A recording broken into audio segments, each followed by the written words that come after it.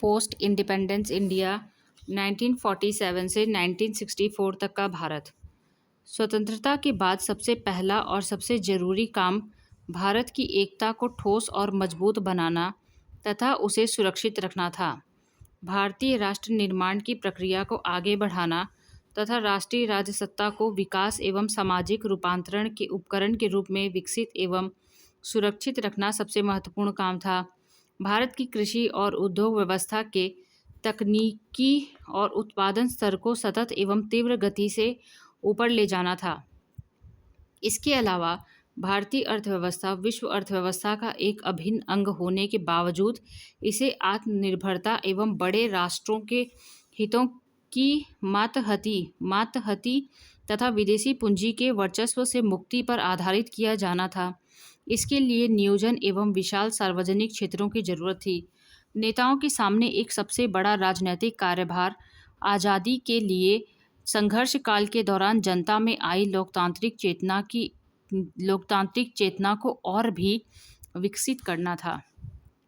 देश की निरक्षर जनता के बीच जनवादी राजनीतिक व्यवस्था के अंदर आर्थिक विकास का कार्यान्वयन करना था। 1947 से 1964 तक भारत अनेक समस्याओं एवं कमजोरियों के बावजूद उपलब्धियों एवं प्रगति के कुछ विशिष्ट आयाम प्राप्त किए, जो निम्न हैं। पहला, राष्ट्र का समेकन तथा भाषाई एवं जनजातीय समस्या का समाधान। दूसरा, स्वतंत्र एवं नियोजित आर्थिक विकास की प्रक्रिया का शुभारंभ। तीसरा, स्वतंत्र एवं मौलिक विदेश नीति का विकास। चौथा, चुनाव प्रक्रिया की शुरुआत। पांचवां, जनवाद का आरोपण। छठवां, प्रशासनिक व्यवस्था की स्थापना। सातवां, विज्ञान एवं तकनीक का विकास। आठवां, कल्याणकारी राज्य का आरंभ। रियासतों का एकीकरण।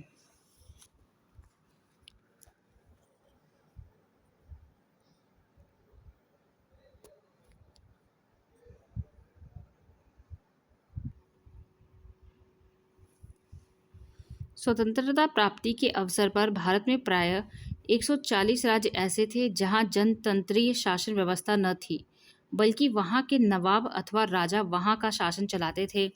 ब्रिटिश संसद ने 4 जुलाई 1947 को भारतीय स्वतंत्रता अधिनियम प्रस्तावित किया, जो 18 जुलाई 1947 को स्वीकृत हुआ था। ये क्वेश्चन अलग से पूछा जाता है कि जो भारतीय स्वतंत्रता अधिनियम था वह किस दिन स्वीकृत किया गया था, तो 18 जुलाई 1947 को स्वीकृत हुआ था। इस अधिनियम के अनुसार यह निश्चित किया गया कि 15 अगस्त 1947 को भारत और पाकिस्तान नामक दो अधिराज्य बनाकर उन्हें सत्ता सौंप दी जाएगी और दोनों अधिराज्यों में एक एक गवर्नर जनरल होगा, जिसकी नियुक्ति उनके मंत्रिमंडल की सलाह से की जाएगी। तो ऐसा डिसाइड हो गया था कि एक मंत्रिमंडल हो, मतलब भारत और पाकिस्तान नामक दो अधिराज्य बनाए जाएंगे और उन्हें सत्ता सौंप दी जाएगी और दोनों अधिराज्यों में एक एक गवर्नर जनरल होगा, जिसकी नियुक्ति उनके मंत्रिमंडल की सलाह पर की जाएगी। नेक्स्ट है, इस अधिनियम में यह भी प्रावधान था कि जब तक संविधान सभा द्वारा नए संविधान का निर्माण नहीं कर लिया जाता है, तब तक संविधान सभाएं ही विधानमंडल के रूप में कार्य करेंगी और यह शासन कार्य 1935 के भारत शासन अधिनियम के आधार पर किया जाएगा। रियासतों के संदर्भ में ब्रिटिश सर्वोपरिता का अंत कर दिया गया और उन्हें किसी भी अधिराज्य में सम्मिलित होने व अपने भावी संबंधों का निर्धारण करने की स्वतंत्रता प्रदान की गई। 15 जून 1947 को अखिल भारतीय कांग्रेस कमेटी ने घोषणा की कि वह भारत की किसी भी रियासत को स्वतंत्रता की घोषणा करने तथा भारत के अवशिष्टांश से पृथक होकर रहने के अधिकार को कबूल नहीं कर सकती। भारत सरकार ने 5 जुलाई 1947 को भारतीय रियासत विभाग नामक एक पृथक विभाग की स्थापना किया, जिसका कार्यभार सरदार वल्लभ भाई पटेल को सौंपा गया। भारत सरकार का रियासतों से संबंध दो प्रक्रियाओं द्वारा नियमित हुए। पहली प्रक्रिया थी छोटी रियासतों का केंद्रीय सरकार द्वारा प्रशासित किसी भी इकाई या पड़ोस के प्रांतों में मिल जाना। इसके तहत पूर्वी रियासतें उड़ीसा और मध्य प्रदेश के प्रांतों में मिल गईं तथा दक्कन की रियासतें एवं गुजरात की रियासतें बम्बई प्रांत में मिल गईं। दूसरी प्रक्रिया थी कुछ रियासतों का मिलकर बृहत्तर प्रशासनिक संघ बन जाना। तो दूसरी प्रक्रिया क्या थी? दूसरी प्रक्रिया थी कुछ रियासतों का मिलकर बृहत्तर प्रशासनिक संघ बन जाना। इसके तहत काठियावाड़, यानी जो काठियावाड़ कहाँ पे है, आज भी है, ये सौराष्ट्र यानी कि गुजरात में है। काठियावाड़ काठियावाड़ सौराष्ट्र का संयुक्त राज्य, मत्स्य का संयुक्त राज्य, राजस्थान का संयुक्त राज्य, विंध्य प्रदेश का संयुक्त राज्य, ग्वालियर, इंदौर और मालवा का संयुक्त राज्य तथा पटियाला एवं ईस्ट पंजाब स्टेट यूनियन जिसे पेप्सू बने। मयूरभंज उड़ीसा में, कोल्हापुर बम्बई में, रामपुर एवं बनारस उत्तर प्रदेश में तथा बड़ौदा की रियासत बम्बई प्रांत में मिल गई, जबकि भोपाल, कूच बिहार, त्रिपुरा तथा मणिपुर केंद्रीय प्रशासन के अंतर्गत चले गए। भारत सरकार की ओर से भारतीय रियासतों से बातचीत करने का उत्तरदायित्व अंतरिम सरकार के गृह मंत्री सरदार वल्लभ भाई पटेल पर था। इसके अतिरिक्त 1921 ईस्वी में स्थापित चैम्बर ऑफ प्रिंसेस 1921 में स्थापित चैम्बर ऑफ प्रिंसेस के चांसलर महाराज पटियाला ने सरदार पटेल को इस कार्य में सहायता प्रदान किया, जिसके फलस्वरूप 15 अगस्त 1947 ईस्वी तक 136 भारतीय राज्यों ने भारत में सम्मिलित होना स्वीकार कर लिया था। केवल जूनागढ़, हैदराबाद तथा कश्मीर 3 राज्य ऐसे थे जिन्होंने भारतीय संघ में सम्मिलित होने से इनकार कर दिया। तो किन्होंने इनकार कर दिया था भारतीय संघ में शामिल होने से? जूनागढ़, हैदराबाद और कश्मीर 3 राज्य ऐसे थे जिन्होंने भारतीय संघ में सम्मिलित होने से इनकार कर दिया। लॉर्ड माउंटबेटन ने भारतीय नरेशों से 2 दस्तावेजों, इंस्ट्रूमेंट ऑफ एक्सेशंस और स्टैंड स्टिल एग्रीमेंट, तो एक है इंस्ट्रूमेंट ऑफ एक्सेशन और स्टैंड स्टिल एग्रीमेंट पर हस्ताक्षर करने का परामर्श दिया था। 15 अगस्त 1947 ईस्वी के पश्चात सिर्फ जूनागढ़, हैदराबाद एवं कश्मीर के राज्य तथा पुर्तगाली एवं फ्रांसीसी उपनिवेशों का भारत में सम्मिलन शेष रहा, यानी कि ये लोग नहीं शामिल हुए थे। 15 अगस्त 1947 तक जूनागढ़, हैदराबाद, कश्मीर के राज्य, पुर्तगाली एवं फ्रांसीसी उपनिवेश का भारत में सम्मिलन शेष रहा, यानी ये लोग शामिल नहीं हुए थे। अब जूनागढ़ के बारे में पढ़ेंगे। जूनागढ़ सितंबर 1947 ईस्वी को जूनागढ़ रियासत ने पाकिस्तान में सम्मिलित होने की घोषणा कर दी, जबकि राज्य की अधिकांश जनता हिंदू थी जो भारत में रहना चाहती थी। राज्य के नागरिकों ने अपने नवाब के निर्णय का विरोध किया और एक स्वतंत्र अस्थायी हुकूमत की स्थापना कर ली। मजबूर होकर नवाब पाकिस्तान भाग गया। तत्पश्चात जूनागढ़ के दीवान शाह नवाज भुट्टो, जुल्फिकार अली भुट्टो के पिता, जुल्फिकार अली भुट्टो हैं, उनके पिता थे शाह नवाज भुट्टो, ने 8 नवंबर 1947 को जूनागढ़ के भारत में विलय से संबंधित एक पत्र भारत सरकार को लिखा। श्री भुट्टो की प्रार्थना स्वीकार कर ली गई और 9 नवंबर 1947 को भारत ने जूनागढ़ का प्रशासन अपने हाथों में ले लिया। तो कब ले लिया? 9 नवंबर 1947 को भारत ने जूनागढ़ का प्रशासन अपने हाथों में ले लिया। बाद में 20 जनवरी 1948 में जनमत संग्रह करा के जूनागढ़ रियासत को भारत संघ में शामिल कर लिया गया। जनमत संग्रह में 1,80,000 मतदाताओं में से केवल 91 मत पाकिस्तान में विलय के पक्ष में थे। तो ज़्यादातर वोट जो पड़े वो भारत के विलय में थे। केवल 91, 1,80,000 में से केवल 91 मत पाकिस्तान में विलय के पक्ष में थे। नेक्स्ट है हैदराबाद। हैदराबाद रियासत की एक विशेष स्थिति थी। यह भारत की सबसे बड़ी रियासत थी। इसका शासक मुसलमान था, जबकि राज्य की अधिकांश जनता हिंदू थी। प्रारंभ में पाकिस्तान ने हैदराबाद को इस भ्रम में रखा था कि वह मुसीबत के समय उसका साथ देगा।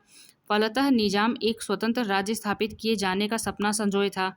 उसका मुख्य उद्देश्य दक्षिण भारत में मुस्लिम वर्चस्व स्थापित करना था। 29 नवंबर 1947 को हैदराबाद ने भारतीय संघ से 1 वर्ष के लिए यथास्थिति संधि यानी स्टैंड स्टिल एग्रीमेंट, यथास्थिति माने जैसे हैं वैसे ही रहेंगे, स्टैंड स्टिल एग्रीमेंट नामक एक अस्थायी समझौता किया कि 15 अगस्त 1947 से पहले की स्थिति कायम रहे, परंतु निजाम के समझौते का पालन नहीं किया और पाकिस्तान के सहयोग और निजाम के आशीर्वाद से राज्य की मुस्लिम राज्यकारों ने राज्य की हिंदू जनता पर भयंकर अत्याचार करना प्रारंभ कर दिया और मार काट, लूटपाट और हत्याओं के माध्यम से इस क्षेत्र में भयावह स्थिति उत्पन्न कर दी। मजलिस इत्तेहाद उल मुस्लिमीन के अध्यक्ष एवं राज्यकारों के नेता कासिम रिजवी ने कहा था कि वह एक दिन संपूर्ण भारत की विजय करके दिल्ली के लाल किले पर निजाम का आसफ जाही झंडा फहराएगा। किसने कहा था? कासिम रिजवी ने कहा था कि वह एक दिन संपूर्ण भारत की विजय करके दिल्ली के लाल किले पर निजाम की आसफ जाही झंडा फहराएगा। फलस्वरूप भारत सरकार ने सैनिक कार्यवाही आवश्यक समझा और 13 सितंबर 1948 को भारतीय सैनिक हैदराबाद रियासत में घुस पड़े। निजाम ने सुरक्षा परिषद में गुहार लगाई। संयुक्त राष्ट्र संघ के भय से भारत सरकार ने घोषणा की कि यह लड़ाई की क्रिया नहीं बल्कि केवल एक पुलिस कार्यवाही थी जिसका उद्देश्य रियासत के भीतर शांति और स्थिरता स्थापित करना था। तो ये जो निजाम थे वो संयुक्त राष्ट्र संघ तक पहुंच गए थे। 5 दिन की कार्रवाई के बाद 18 सितंबर 1948 को 4:30 बजे दिन में हैदराबाद रियासत की फौज के commander major general L Andrews ने भारतीय सेना के commander major general JN Chaudhary के समक्ष आत्मसमर्पण कर दिया। हैदराबाद के मामले को लेकर मेजर जनरल JN चौधरी के नियंत्रण में रख दिया गया और उन्हें वहां का सैनिक गवर्नर नियुक्त कर दिया गया। कासिम रिजवी को गिरफ्तार कर लिया गया तथा रजाकारों का संगठन तोड़ दिया गया एवं लायक अली मंत्रिमंडल ने इस्तीफा दे दिया।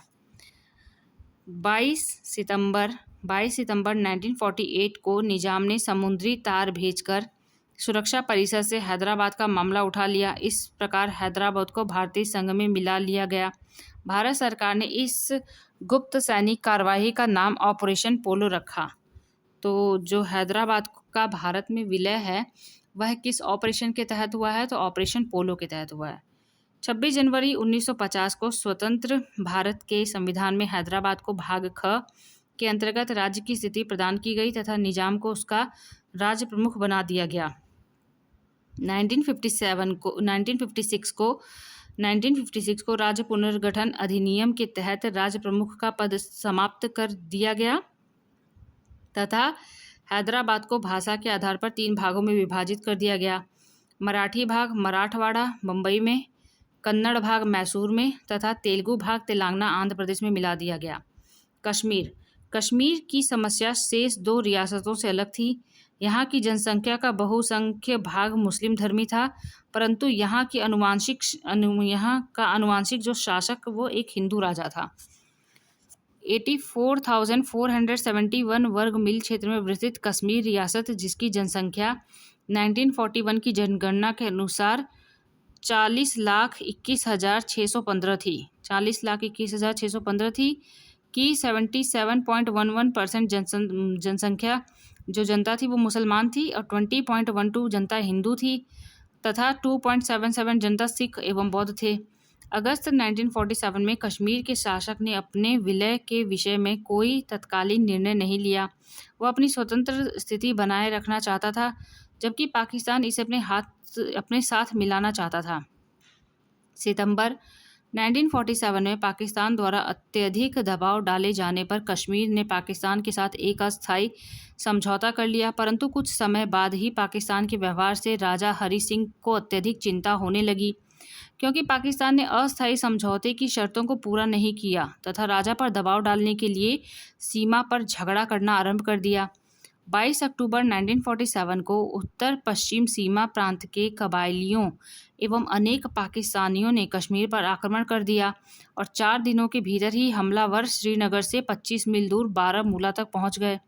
इस परिस्थिति से घबराकर 24 अक्टूबर 1947 को राजा हरि सिंह ने आक्रमणकारियों से अपने राज्य को बचाने के लिए भारत सरकार से सैनिक सहायता की मांग की और साथ ही कश्मीर को भारत संघ में सम्मिलित करने की प्रार्थना भी की।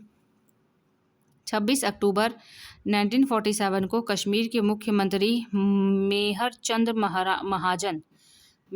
महाजन ने नेहरू से भेंट की, किंतु नेहरू तब तक कश्मीर को सहायता देने के लिए सहमत नहीं हुए, जब तक कि राज्य के मुख्य राजनीतिक दल अखिल जम्मू एवं कश्मीर नेशनल कॉन्फ्रेंस के नेता शेख अब्दुल्ला ने नेहरू को यह आश्वासन नहीं दे दिया कि राज्य में संवैधानिक शासन की शर्त पर वह और उनका दल कश्मीर को भारत के साथ सम्मिलित किए जाने के पक्ष में है।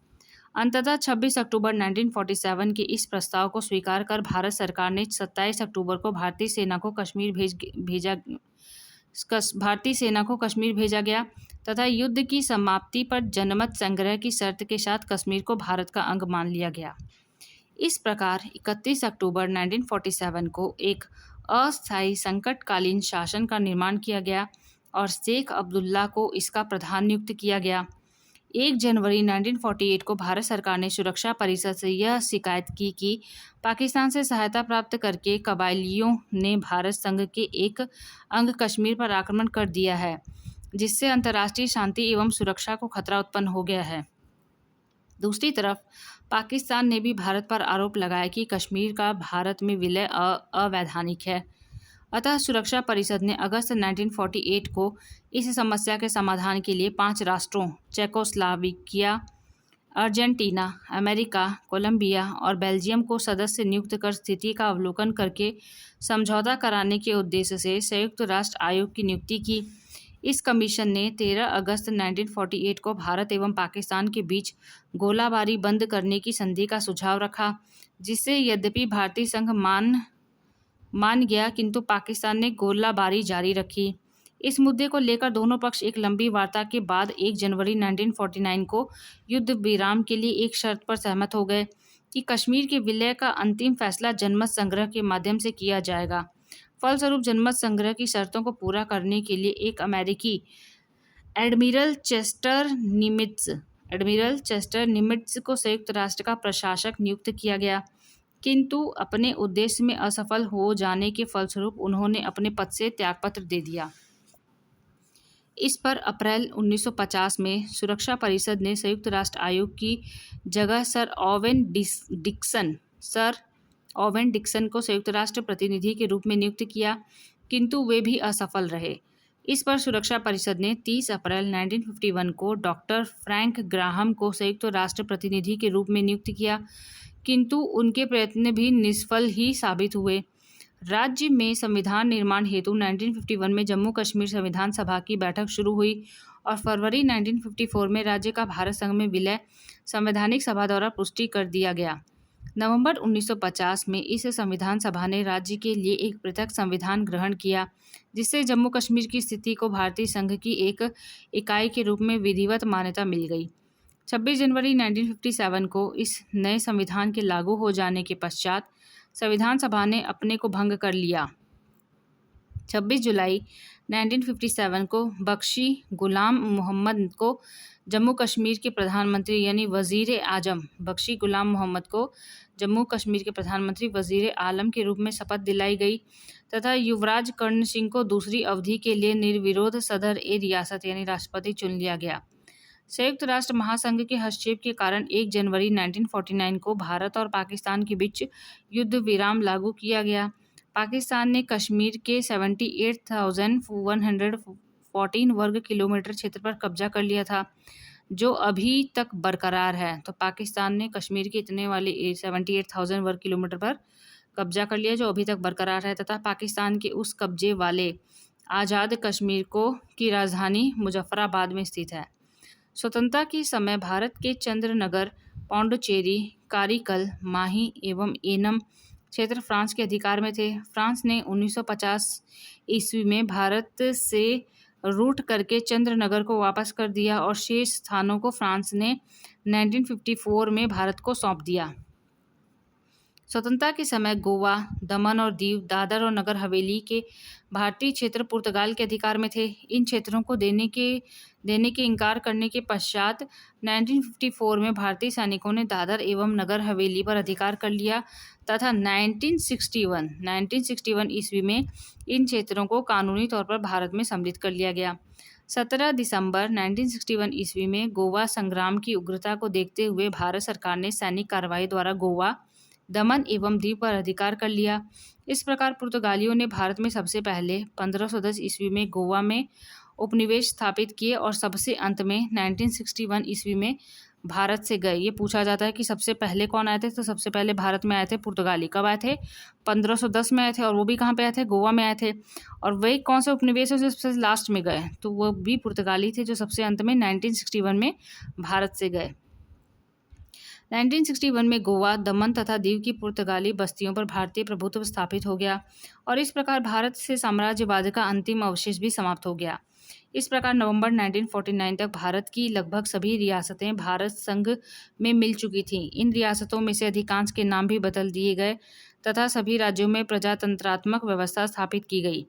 इनके नरेशों में से अधिकांश को धन यानी प्रिवी पर्स देकर शासन से अलग कर दिया गया तथा कुछ को राज्य प्रमुख का पद देकर उस राज्य के शासन का संवैधानिक प्रधान मात्र बना दिया गया। अब संपूर्ण भारत की शासन व्यवस्था एक कर दी गई तथा भारत के नवीन संविधान को भारत की संपूर्ण सीमाओं में समान रूप से लागू कर दिया गया। नवीन संविधान लागू होने के अवसर पर भारत में 4 प्रकार के राज्य थे। इसमें 10 राज्य अ, 8 राज्य ब, 10 राज्य स और 1 राज्य द श्रेणी के थे। संविधान सभा ने 1948 में एस के धर के नेतृत्व में भाषाई राज्य आयोग की नियुक्ति की और इस आयोग ने भाषाई आधार पर राज्यों के गठन की वांछनीयता का मूल्यांकन करने को कहा गया। 19 अक्टूबर 1952 में विख्यात स्वतंत्रता सेनानी पोटी श्री रामल्लू ने भाषाई आधार पर अलग आंध्र प्रदेश की मांग पर अनशन शुरू कर दिया और 50 दिनों के बाद उनकी मृत्यु हो गई। उनकी मृत्यु के बाद इस मांग को लेकर आंदोलन काफ़ी उग्र रूप धारण कर लिया। अंततः मजबूर होकर 1953 में सरकार को अलग आंध्र प्रदेश राज्य की मान्यता देनी पड़ी। इस प्रकार भाषाई आधार पर गठित होने वाला आंध्र प्रदेश देश का पहला राज्य बना। भाषाई समस्याओं को ध्यान में रखते हुए भारत सरकार ने 22 दिसंबर 1953 को एक राज्य पुनर्गठन आयोग स्टेट रीऑर्गेनाइजेशन कमीशन की स्थापना की और जस्टिस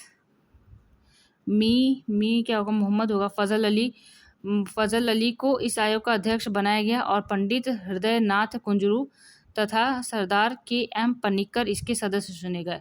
तो जो राज्य पुनर्गठन आयोग था उसके जो हेड थे वो थे फजल अली और उनके जो 2 मेंबर्स थे, एक का नाम था हृदय नाथ कुंजरू पूछा जाता है और सरदार के.एम. पनिक्कर इसके सदस्य चुने गए। इस आयोग ने अपनी रिपोर्ट सितंबर 1955 को भारत सरकार को सौंप दी। इस रिपोर्ट के आधार पर ही संसद ने नवंबर 1956 में राज्य पुनर्गठन कानून अधिनियम बनाया गया। इस अधिनियम के द्वारा अ, ब, स एवं द श्रेणी के राज्यों के बीच के अंतर को समाप्त कर दिया गया तथा राज्य प्रमुख के पद को भी समाप्त कर दिया गया। अब भारत को 14 राज्यों और 6 केंद्र शासित इकाइयों में बांट दिया गया। यह राज्य थे जम्मू कश्मीर, पूर्वी पंजाब, उत्तर प्रदेश, बिहार, उड़ीसा, पश्चिम बंगाल, असम, मद्रास, केरल, राजस्थान, आंध्र प्रदेश, मध्य प्रदेश, मैसूर और बम्बई थे, जबकि दिल्ली, हिमाचल प्रदेश, लक्षद्वीप, मणिपुर, त्रिपुरा और अंडमान एवं निकोबार द्वीप समूह केंद्र शासित इकाइयाँ थीं। जम्मू कश्मीर का ऐतिहासिक घटनाक्रम 26 अक्टूबर 1947 को राजा हरि सिंह द्वारा विलय पत्र पर हस्ताक्षर पूछा जाता है। ये वाला डेट 26 अक्टूबर 1946 को राजा हरि सिंह द्वारा विलय पत्र पर हस्ताक्षर। 1 जनवरी 1947 को भारत द्वारा कश्मीर विवाद संयुक्त राष्ट्र सुरक्षा परिषद को प्रेषित। 1 जून 1949 को जम्मू कश्मीर में यूएनओ की देखरेख में जनमत संग्रह कराने का प्रस्ताव। तो 1 जनवरी 1949 में क्या हुआ था? जम्मू कश्मीर में यूएनओ की देखरेख में जनमत संग्रह कराने का प्रस्ताव रखा गया था। 31 अक्टूबर 1951 को जम्मू कश्मीर राज्य संविधान सभा अस्तित्व में आई। ये भी इंपॉर्टेंट डेट है। 31 अक्टूबर 1951 को जम्मू कश्मीर राज्य की संविधान सभा अस्तित्व में आई। 15 नवंबर 1952 को अनुच्छेद 370 के तहत सदर ए रियासत राष्ट्रपति एवं वजीर आजम यानी प्रधानमंत्री पद को स्वीकार किया गया तथा कर्ण सिंह को सदर रियासत और शेख अब्दुल्ला को वजीर आजम बनाया गया। 10 फरवरी 1954 को जम्मू कश्मीर की संविधान सभा द्वारा भारत में राज्य जम्मू कश्मीर के विलय की सहमति हो गई। 30 अक्टूबर 1956 को भारतीय संविधान के अनुच्छेद 3 जम्मू कश्मीर में प्रवर्तित हो गया और 17 नवंबर 1956 को संविधान सभा द्वारा राज्य का प्रत्येक संविधान पारित हो गया और 26 जनवरी 1957 को जम्मू कश्मीर का नया संविधान लागू हो गया। 26 जनवरी 1957, ठीक है, डेट याद रखनी है, इंपॉर्टेंट लाइन है। 1960 में जम्मू कश्मीर भारतीय सर्वोच्च न्यायालय के क्षेत्राधिकार में आया तो 30 मई 1965 को छठे संविधान संशोधन अधिनियम 1965 के द्वारा सदरी रियासत यानी राष्ट्रपति और वजीर आजम यानी प्रधानमंत्री का पद समाप्त कर उसके स्थान पर क्रमशः राज्यपाल एवं मुख्यमंत्री कर दिया गया और मोहम्मद गुलाम सादिब कांग्रेस पहले प्रमुख मुख्यमंत्री बन गए। तो पहले मुख्यमंत्री ये समाप्त करने के बाद पहले बने मोहम्मद गुलाम सादिक, कांग्रेस से थे पहले मुख्यमंत्री। फिर नेक्स्ट है शिमला समझौते के प्रमुख प्रावधान। नेक्स्ट टॉपिक है शिमला समझौते के प्रमुख प्रावधान। 3 जुलाई 1972 को शिमला समझौता दोनों देशों के मध्य 25 वर्षों से स्थापित सभी विवाद शांतिपूर्ण तरीके से हल किए जाएंगे। दोनों पक्ष एक दूसरे को क्षेत्रीय अखंडता, सार्वभौमिकत्व एवं राजनीतिक स्वतंत्रता के प्रति सदैव सम्मान का भाव रखेंगे। तो इसमें ये क्या क्या बात कही गई हैं वही दिया हुआ है। शिमला समझौते के बारे में क्या क्या बातें कही गई थी। तीसरा है यूएनओ चार्टर के अनुसार दोनों पक्ष एक दूसरे की क्षेत्रीय अखंडता एवं राजनीतिक स्वतंत्रता के खिलाफ बल का प्रयोग नहीं करेंगे। नेक्स्ट है शांतिपूर्ण द्विपक्षीय वार्ता के द्वारा सभी आपसी समस्याओं का समाप्त करने का निर्णय लिया गया। 1 माह के भीतर युद्ध बंदियों की अदला बदली की गई। नेक्स्ट है राजनीतिक एवं विविध परिदृश्य 1947 से 1964 तक। तो क्या राजनीतिक एवं विविध परिदृश्य हुए। स्वतंत्रता प्राप्ति के पश्चात भारत क्षेत्रवाद, सांप्रदायिकता, आतंकवाद, बाह्य आक्रमण आदि से आक्रांत रहा। पृथक राज्यों की मांग भारतीय राज्यों को प्रभावित करती रही। द्वितीय विश्व युद्ध के पश्चात जब विश्व 2 ध्रुवों अमेरिका व सोवियत संघ में बटा, उस समय भारत ने अपनी विदेश नीति को नया आयाम दिया तथा किसी भी गुट में शामिल न होकर गुट निरपेक्ष आंदोलन का मार्ग प्रशस्त किया। 1952 में प्रथम आम चुनाव हुआ जिसमें कांग्रेस को 364 सीट मिली। 1957 के द्वितीय आम चुनाव में भी कांग्रेस की केरल के अतिरिक्त सभी प्रांतों एवं केंद्र में विजय हुई, जबकि केरल में प्रथम गैर कांग्रेस यानी कम्युनिस्ट पार्टी की सरकार बनी। पूछा जाता है कि कहाँ पे गैर कांग्रेसी यानी कम्युनिस्ट पार्टी की सरकार बनी।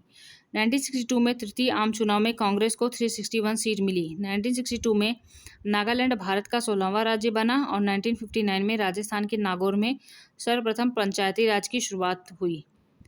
18 दिसंबर 1961 को गोवा, दमन और दीव का स्वतंत्रता दिवस मनाया गया और 1951 में अन्ना राज जॉर्ज देश की प्रथम महिला IAS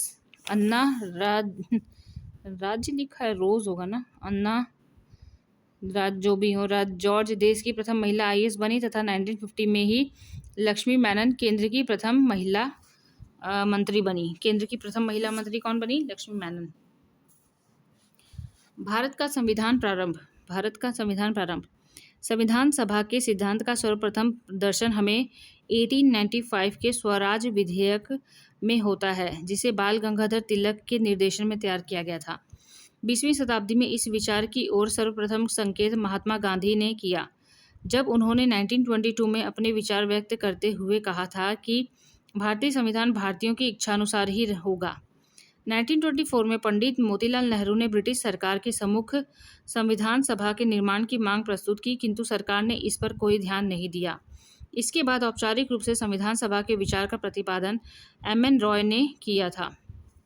1936 में लखनऊ में कांग्रेस के अधिवेशन में संविधान सभा के अर्थ एवं महत्व की व्याख्या की गई और 1939 में त्रिपुरी अधिवेशन में इस आशय से संबंधित प्रस्ताव पारित किया गया था।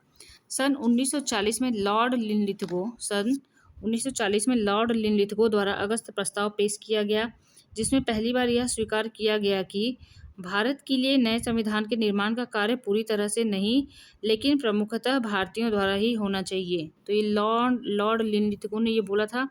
कब बोला था? 1940 में कहा था। अगस्त प्रस्ताव जब पेश किया था तब इन्होंने ये कहा था कि भारत के लिए नए संविधान के निर्माण का कार्य पूरी तरह से नहीं, लेकिन प्रमुखतः भारतीयों द्वारा ही होना चाहिए। 1942 में क्रिप्स प्रस्ताव में पहली बार संविधान सभा की स्थापना के तरीकों का उल्लेख किया गया था। 1946 में कैबिनेट मिशन योजना के तहत भारतीय संविधान सभा का गठन हुआ, जिसके सदस्यों का चुनाव वयस्क मताधिकार के आधार पर होना तय किया गया था तथा 10 लाख की जनसंख्या पर प्रत्येक सदस्य के चुने जाने की बात कही गई थी। तो सारे जितने भी ब्लैक हाईलाइटेड हैं, ये सारे इंपॉर्टेंट पॉइंट्स हैं। इस योजना के तहत संविधान सभा के सदस्यों की संख्या 389 प्रस्तावित की गई, जिसमें से 292 सदस्य ब्रिटिश प्रांत से और 93 सदस्य देसी रियासतों तथा 4 सदस्य चीफ कमिश्नरों के क्षेत्रों से चुने जाने थे। कैबिनेट मिशन योजना के अंतर्गत विशेष महत्व का प्रावधान प्रदेशों के वर्गीकरण के बारे में था, जिसके तहत प्रदेशों को ए, बी तथा सी श्रेणियों में वर्गीकृत किया गया। जुलाई अगस्त 1946 में संविधान सभा के लिए चुनाव हुए, जिसमें देसी रियासतों के प्रतिनिधियों ने भाग नहीं लिया। फलतः ब्रिटिश प्रांतों के अंतर्गत आने वाले 296 सीटों, जिसमें 292 ब्रिटिश प्रांत प्लस 4 चीफ कमिश्नर क्षेत्रों के लिए चुनाव हुआ, जिसमें कांग्रेस ने 208 सीटें जीती तथा 78 मुस्लिम सीटों में से 73 सीटें मुस्लिम लीग ने जीती। प्रांतों के 296 सदस्यों में से 213 सामान्य, 79 मुसलमान तथा 4 सिख प्रतिनिधि थे। जुलाई 1946 में संविधान सभा की प्रथम बैठक हुई, जिसमें मुस्लिम लीग ने भाग नहीं लिया। तो जब जुलाई 1946 में संविधान सभा की प्रथम बैठक हुई थी, उसमें मुस्लिम लीग ने भाग नहीं लिया था। फलस्वरूप 3 जून 1947 की विभाजन योजना के बाद संविधान सभा का पुनर्गठन किया गया। पुनर्गठित संविधान सभा में सदस्यों की संख्या 324 निश्चित की गई, परंतु 31 दिसंबर 1947 तक सदस्यों की संख्या 299 थी। कैबिनेट मिशन योजना का संविधान निर्माण की दिशा में विशेष महत्व है। कैबिनेट मिशन प्रस्ताव के अनुरूप ही भारतीय संविधान का निर्माण हुआ। कैबिनेट मिशन ने पाकिस्तान की मांग को अस्वीकार कर दिया था। तो कैबिनेट मिशन ने पाकिस्तान की मांग को क्या कर दिया था? अस्वीकार कर दिया था। कैबिनेट मिशन भारत के तहत 14 सदस्यीय अंतरिम सरकार मंत्रिमंडल के गठन का प्रावधान किया गया, जिसमें 6 सदस्य कांग्रेस, 5 सदस्य मुस्लिम लीग, 1 सदस्य भारतीय ईसाई, 1 सिख तथा 1 पारसी सदस्य सम्मिलित होंगे। फलतः 2 सितंबर 1946 को जवाहरलाल नेहरू की अध्यक्षता में 12 सदस्यीय अंतरिम मंत्रिमंडल का गठन हुआ।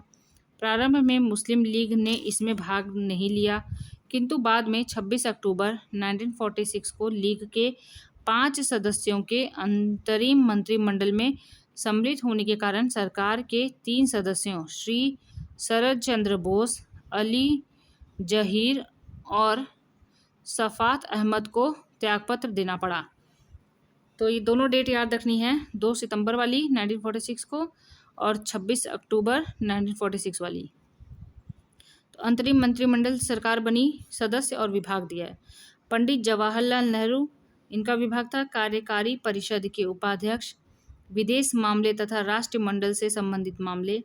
सरदार वल्लभ भाई पटेल, इनका विभाग था गृह, सूचना एवं प्रसारण विभाग तथा रियासत संबंधित मामले। बलदेव सिंह का विभाग था रक्षा विभाग। जॉन मथाई, उद्योग तथा आपूर्ति विभाग। सी राजगोपालाचारी, शिक्षा विभाग। CH भाभा, कार्य, खान एवं बंदरगाह से। डॉक्टर राजेंद्र प्रसाद, खाद्य एवं कृषि विभाग। अरुणा आसफ अली, रेलवे विभाग। जगजीवन राम, श्रम विभाग। लीग के सदस्यों को कौन कौन से विभाग मिले? लियाकत अली, मुस्लिम लीग के सदस्यों को कौन सा विभाग मिला? लियाकत अली खां को वित्त विभाग। IN चुंदरीगर को वाणिज्य विभाग। जोगेंद्र नाथ मंडल, विधि विभाग। गजनफर अली खां को स्वास्थ्य विभाग और अब्दुल रब नस्तर को संचार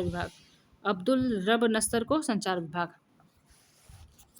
भारत के संविधान सभा का प्रथम अधिवेशन 9 दिसंबर 1946 को सुबह 11 बजे शुरू हुआ। व्यावहारिक रूप से आज़ाद भारत का इतिहास इसी ऐतिहासिक तारीख से माना जाता है। 9 दिसंबर 1946 को संविधान सभा की प्रथम बैठक में सच्चिदानंद सिन्हा को अस्थायी अध्यक्ष निर्वाचित किया गया। इस अधिवेशन में 207 सदस्यों ने भाग लिया। लीग के सदस्य अपने को अलग रखा। लीग के सदस्यों ने क्या किया? अपने को अलग रखा। 11 दिसंबर 1946 को डॉक्टर राजेंद्र प्रसाद को संविधान सभा के स्थायी अध्यक्ष के रूप में नियुक्त किया गया। संविधान सभा ने 2 प्रकार की समितियों का गठन किया, प्रक्रिया संबंधी और विषय संबंधी। तो पहली समिति थी प्रक्रिया संबंधी, दूसरी थी विषय संबंधी। 13 दिसंबर 1946 को जवाहरलाल नेहरू ने प्रसिद्ध उद्देश्य संबंधी प्रस्ताव पेश किया, पूछा जाता है, जिस पर 19 दिसंबर 1946 तक बहस हुई। दूसरा अधिवेशन 20 से 22 जनवरी 1947 को हुआ और यह तय किया गया कि लीग के सदस्यों को अब अधिक इंतजार न किया जाए। फलस्वरूप उद्देश्यों संबंधी प्रस्ताव पास कर दिया गया। संविधान सभा का तीसरा अधिवेशन 28 अप्रैल से 2 मई 1947 को हुआ। इसमें भी लीग ने भाग नहीं लिया। 3 जून 1947 को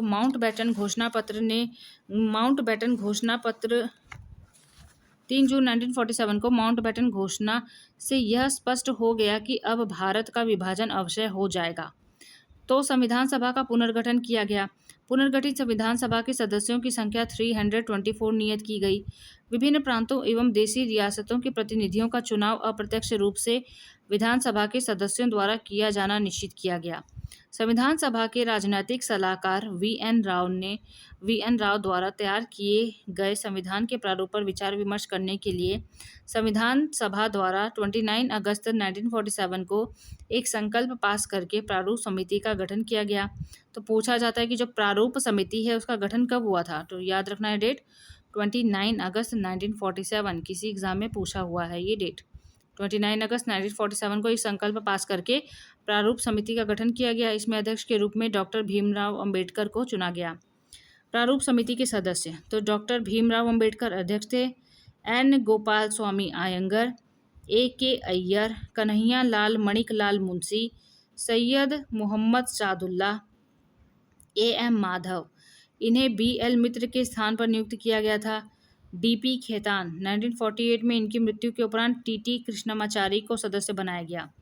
प्रारूप समिति ने संविधान के प्रारूप पर विचार विमर्श के बाद 21 फरवरी 1948 को अपनी रिपोर्ट संविधान सभा को पेश की। संविधान सभा के प्रत्येक सदस्यों का चुनाव 10 लाख की जनसंख्या के आधार पर किया गया था। ये भी पूछा जाता है कि संविधान सभा के प्रत्येक सदस्यों का चुनाव कितनी लाख जनसंख्या के अनुपात पे हुआ था? तो 10 लाख की जनसंख्या के आधार पर किया गया था।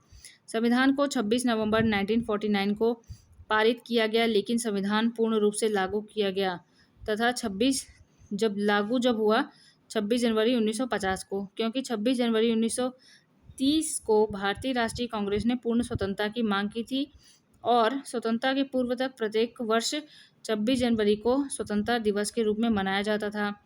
संविधान में कुल 395 अनुच्छेद तथा 8 अनुसूचियों को शामिल किया गया था। ब्रिटिश प्रांतों तथा विदेशी रियासतों के प्रतिनिधियों द्वारा ही ब्रिटिश प्रांतों को 3 भागों में विभाजित कर दिया गया था। प्रथम वर्ग में हिंदू बाहुल्य प्रांत थे, द्वितीय वर्ग में मुस्लिम बाहुल्य प्रांत थे, तृतीय वर्ग में मिली-जुली आबादी वाले प्रांत थे। मुख्य आयुक्त के प्रांत संप्रदाय आधार पर उपयुक्त तीनों वर्गों में से संबंध थे।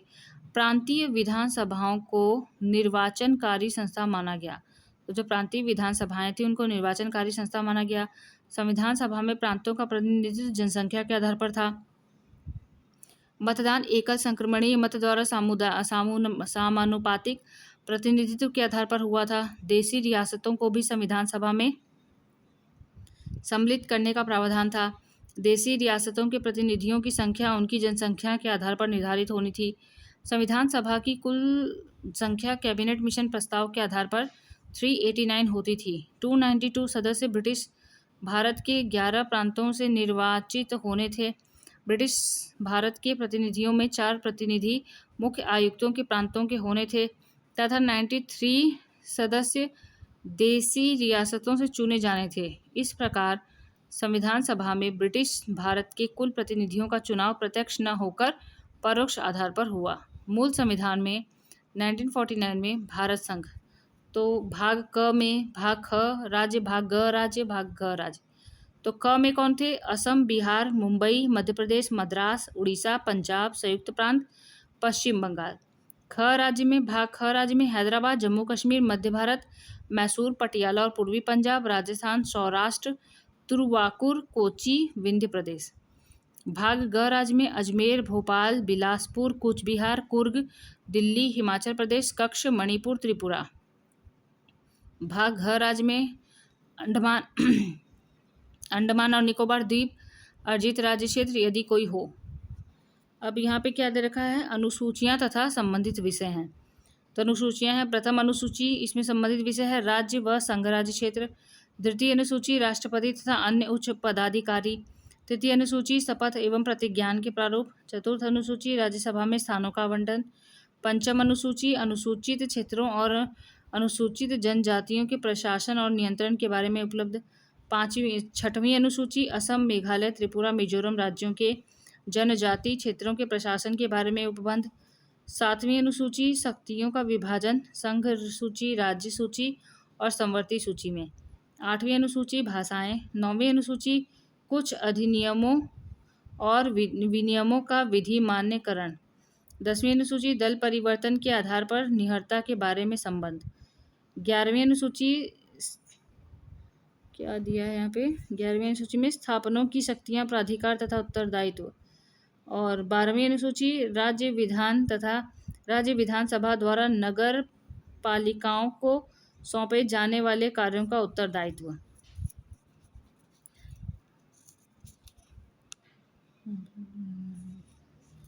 संविधान सभा की अंतिम बैठक 24 जनवरी 1950 को हुई थी और उसी दिन संविधान सभा द्वारा डॉक्टर राजेंद्र प्रसाद को भारत का प्रथम राष्ट्रपति चुन लिया गया था।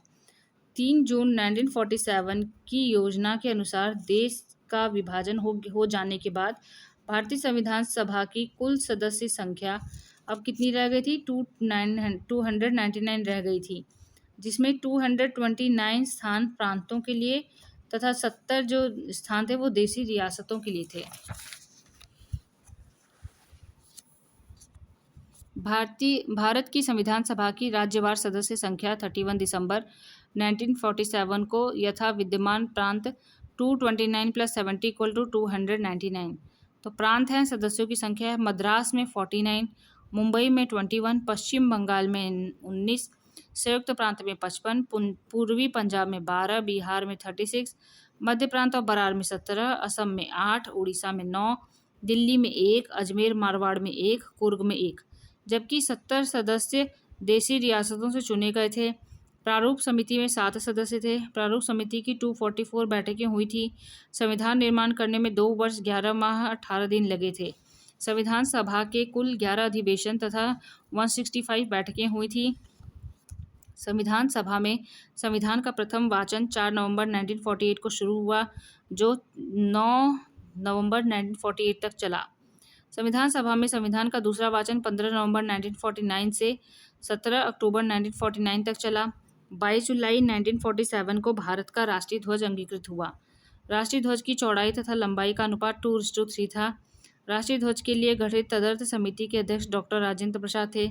भारतीय संविधान की विशेषताएं: लिखित, निर्मित एवं विश्व का विशालतम संविधान, प्रभुत्व संपन्न, लोकतंत्रात्मक, पंथ निरपेक्ष, समाजवादी गणराज्य की स्थापना, संसदीय सरकार की स्थापना, मूल अधिकारों का समावेश, राज्य के नीति निर्देशक तत्वों का समावेश, लचीलेपन तथा कठोरता का आश्चर्यजनक मेल, केंद्र की ओर उन्मुखता, वयस्क मताधिकार का प्रावधान, स्वतंत्र न्यायपालिका की स्थापना, एकल नागरिकता का प्रावधान, पंथ निरपेक्ष राज्य की स्थापना, नागरिकों के लिए मूल कर्तव्यों का समावेश, कल्याणकारी राज्य की स्थापना के उद्देश्य। भारतीय संविधान लिखित, नवनिर्मित तथा विश्व का सर्वाधिक व्यापक संविधान है। जिस समय यह संविधान लागू हुआ उस समय उसमें 395 अनुच्छेद तथा 8 अनुसूचियां थीं। वर्तमान समय में भारतीय संविधान में कुल 400+ अनुच्छेद, 12 अनुसूचियां और 22 भाग हैं। भारत का संविधान संपूर्ण प्रभुत्व संपन्न, लोकतंत्रात्मक, पंथ निरपेक्ष तथा समाजवादी है। भारत के संविधान का स्रोत भारत की जनता है। प्रथम प्रथम जो संविधान संशोधन था वो 1951 ईस्वी के द्वारा भारतीय संविधान में नवी अनुसूची जोड़कर किया गया। लोकतंत्रात्मक सरकार का अर्थ है कि भारत सरकार की शक्ति का स्रोत भारत की जनता है। जनता द्वारा निर्वाचित प्रतिनिधि ही देश का शासन चलाते हैं, जो जनता के प्रति उत्तरदायी होते हैं। भारतीय राष्ट्रगान के रचयिता रविंद्रनाथ टैगोर थे। भारतीय राष्ट्रीय गीत के रचयिता बंकिम चंद्र चटर्जी थे। गणराज्य शब्द का प्रयोग समस्त संविधान में केवल प्रस्तावना में किया गया है। लोकसभा में अनुसूचित जाति के लिए 78, अनुसूचित जनजाति के लिए 42 स्थान आरक्षित हैं। लोकसभा का प्रथम निर्वाचन 1951-52 ईस्वी में हुआ था। 13 मई 1952 ईस्वी में को पहली बार लोकसभा की प्रथम बैठक हुई थी। लोकसभा के प्रथम अध्यक्ष जीवी मावलंकर थे। प्रथम लोकसभा के चुनाव के समय मुख्य चुनाव आयुक्त सुकुमार सेन थे। सर्वप्रथम राज्यसभा का गठन 3 अप्रैल 1952 को हुआ था। भारत के प्रथम उपराष्ट्रपति सर्वपल्ली राधाकृष्णन थे। 29 जनवरी 1953 को काका कालेलकर की अध्यक्षता में प्रथम पिछड़ा वर्ग आयोग का गठन किया गया था। सारे इंपॉर्टेंट क्वेश्चन पूछे हुए हैं, इसलिए स्टार करके बनाया हुआ है। जनवरी 1950 में सुप्रीम कोर्ट के अस्तित्व में आने से पहले भारत में फेडरल कोर्ट हुआ करती थी। इससे आगे की अपील ब्रिटेन की प्रीवी काउंसिल की न्यायिक समिति के समक्ष की जा सकती थी। प्रीवी काउंसिल का अधिकार क्षेत्र अक्टूबर 1949 को समाप्त कर दिया गया और फेडरल कोर्ट की जगह सुप्रीम कोर्ट ने ले ली। पहला चुनाव आयोग सुकुमार सेन के नेतृत्व में हुआ। इस चुनाव में कुल मिलाकर 14 राष्ट्रीय और 63 क्षेत्रीय अथवा स्थानीय पार्टियों ने हिस्सा लिया। भूमि सुधार, नेक्स्ट टॉपिक है भूमि सुधार। स्वतंत्रता के समय भारत में भू धारण की 3 पद्धतियां जमींदारी, रैयतवाड़ी और महालवाड़ी प्रचलित थी, जिसके अंतर्गत क्रमशः जमींदारी के अंतर्गत 19%, रैयतवाड़ी के अंतर्गत 51% और महालवाड़ी के अंतर्गत 30% भूमि सम्मिलित थी। जमींदारी व्यवस्था 1793 में लॉर्ड कॉर्नवालिस द्वारा प्रारंभ की गई। यह पद्धति 2 रूपों में लागू की गई थी, स्थायी बंदोबस्त और अस्थायी बंदोबस्त। स्थायी बंदोबस्त के अंतर्गत लगान को स्थायी रूप से सुनिश्चित कर दिया जाता था, जिसमें भविष्य में कोई परिवर्तन नहीं होता था। यह व्यवस्था जो स्थायी बंदोबस्त थी, जिसमें लगान की राशि स्थायी थी, यह व्यवस्था बंगाल, बिहार, उड़ीसा, उत्तरी मद्रास एवं बनारस, उत्तर प्रदेश आदि क्षेत्रों में लागू थी। जबकि अस्थायी बंदोबस्त के अंतर्गत लगान को अस्थायी रूप से सुनिश्चित किया जाता था, जिसे 20 से 40 वर्ष बाद बढ़ाया जा सकता था। यह व्यवस्था अवध में लागू की गई थी। रैयतवाड़ी व्यवस्था सर्वप्रथम 1792 में टॉमस रीड द्वारा मद्रास क्षेत्र में लागू की गई थी। पूछा जाता है, सारे क्वेश्चन इंपॉर्टेंट है। तो रैयतवाड़ी व्यवस्था सर्वप्रथम 1792 में टॉमस रीड द्वारा मद्रास क्षेत्र में लागू की गई थी। बाद में 1820 में हेक्टर मोनरो ने इसे व्यवस्थित रूप दिए और इसे महाराष्ट्र, बरार, असम, कुर्ग आदि क्षेत्रों में लागू किया। महलवाड़ी व्यवस्था 1822 में हॉल्ट मैकेंजी द्वारा लागू की गई। यह व्यवस्था पंजाब, मध्य प्रदेश तथा आगरा और अवध क्षेत्रों में लागू थी। स्वतंत्रता के बाद भारत सरकार द्वारा भूमि सुधार के क्षेत्र में निम्नलिखित उपाय किए गए। पहला, मध्यस्थों का उन्मूलन, जमींदारी प्रथा की समाप्ति। मध्यस्थों का उन्मूलन यानी जमींदारी प्रथा की समाप्ति। दूसरा था काश्तकारी सुधार। तीसरा है कृषि का पुनर्गठन। जमींदारी प्रथा के उन्मूलन से संबंधित कानून संपूर्ण भारत में एक ही समय में नहीं लागू किए गए। इससे संबंधित सर्वप्रथम कानून 1948 ईस्वी में मद्रास राज्य में लागू किया गया, जबकि सबसे अंतिम कानून पश्चिम बंगाल में 1954-55 में लागू किया गया।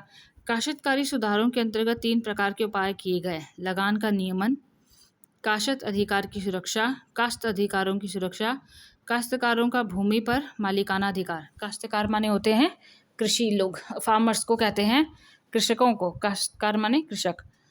1950 में यानी कि 1950 में यूपी में जमींदारी उन्मूलन एवं भूमि सुधार अधिनियम 1950 पारित हुआ और 1952 तक सभी राज्यों में इससे संबंधित विधेयक पारित हो गया। स्वतंत्रता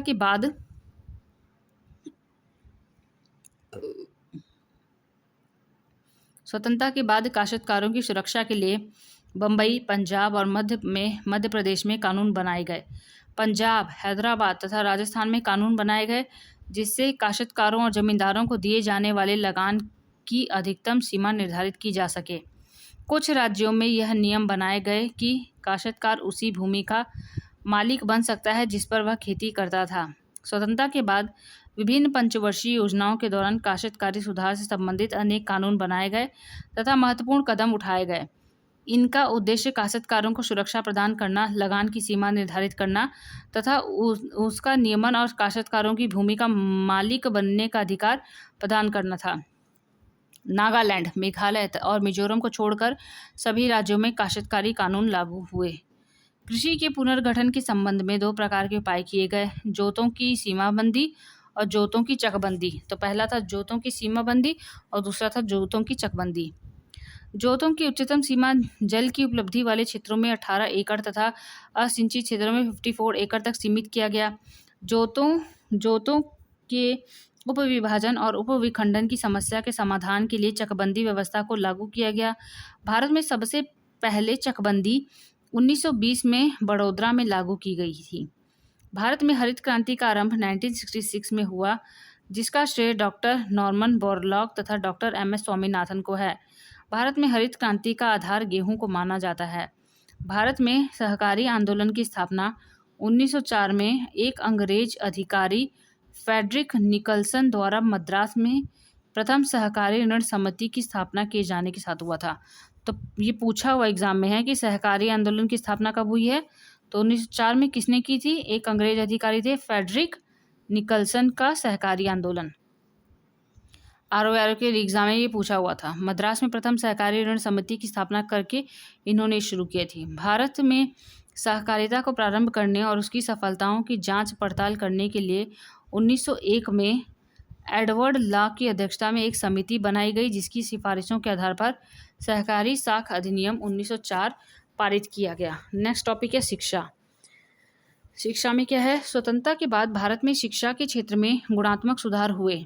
1949 में उच्च शिक्षा के क्षेत्र में सुधार लाने के लिए डॉक्टर सर्वपल्ली राधाकृष्णन की अध्यक्षता में एक भारतीय विश्वविद्यालय शिक्षा कमीशन क्या बना था?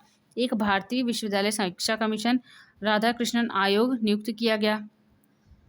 इसी आयोग की सिफारिश पर 1953 में विश्वविद्यालय अनुदान आयोग, यानी जिसे हम UGC कहते हैं, यूनिवर्सिटी ग्रांट कमीशन, विश्वविद्यालय अनुदान आयोग की स्थापना की गई। 1956 में विश्वविद्यालय अनुदान आयोग अधिनियम 1956 बना दिया गया।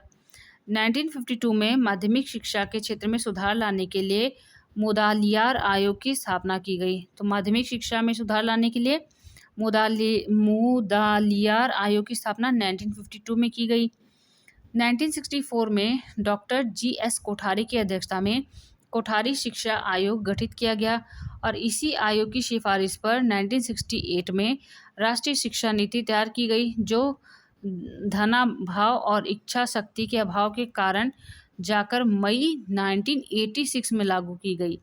स्कूली शिक्षा में गुणवत्ता सुधार लाने के लिए 1961 में राष्ट्रीय शैक्षणिक प्रशिक्षण एवं अनुसंधान परिषद यानी NCERT की स्थापना की गई। स्वतंत्रता के पश्चात भारत सरकार ने भाषा संबंधी विवाद को सुलझाने के लिए 1955 में श्री BG खेर की अध्यक्षता में एक राजभाषा आयोग का गठन किया। राजभाषा आयोग ने सरकार को अपना प्रतिवेदन 1956 में सरकार को दिया, जो संसद के समक्ष 1957 में रखा गया। इस आयोग ने सिफारिश की कि संविधान के प्रारंभ से 15 वर्ष की अवधि तक शासकीय प्रयोजनों के लिए अंग्रेजी भाषा का प्रयोग किया जाता रहेगा। तत्पश्चात हिंदी को राजभाषा का दर्जा देकर शासकीय प्रयोजन में इसका प्रयोग किया जाएगा। इसी आयोग की सिफारिश पर 1963 में राजभाषा अधिनियम 1963 बना। सामाजिक और लोक हितकारी कार्य क्या हुए? सामाजिक और लोक हितकारी कार्य कृषकों तथा मजदूरों की सुरक्षा के लिए केंद्र सरकार तथा राज्य सरकारों द्वारा अनेक कानून बनाए गए, जैसे 1948 में न्यूनतम वेतन अधिनियम, 1951 में प्लांटेशन एक्ट और 1951 में खान कानून इत्यादि। भारतीय स्त्रियों की सुरक्षा एवं प्रगति के लिए सरकार ने अनेक सराहनीय कार्य किए। सर्वप्रथम 2 अक्टूबर 1952 में पंडित नेहरू की पहल पर सामुदायिक विकास कार्यक्रम प्रारंभ किया गया। बहुत पूछता था ये क्वेश्चन पहले।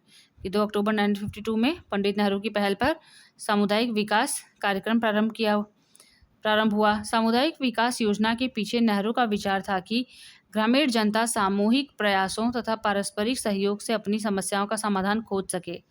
अक्टूबर 1953 को राष्ट्रीय विकास योजना को आरंभ किया गया, जो असफल सिद्ध हुई। तो राष्ट्रीय विकास योजना आरंभ हुई थी 1953 में, जो असफल सिद्ध हुई। सामुदायिक विकास कार्यक्रम एवं राष्ट्रीय विकास योजना के असफल होने के बाद पंचायती राज व्यवस्था को मजबूत बनाने की सिफारिश करने के लिए 1957 ईस्वी में बलवंत राय मेहता की अध्यक्षता में ग्रामोद्धार समिति नामक अध्ययन दल का गठन किया गया। मेहता रिपोर्ट में कहा गया कि लोकतांत्रिक विकेंद्रीकरण एवं सामुदायिक विकास कार्यक्रमों को सफल बनाने हेतु पंचायती राज संस्थाओं की तुरंत शुरुआत की जानी चाहिए।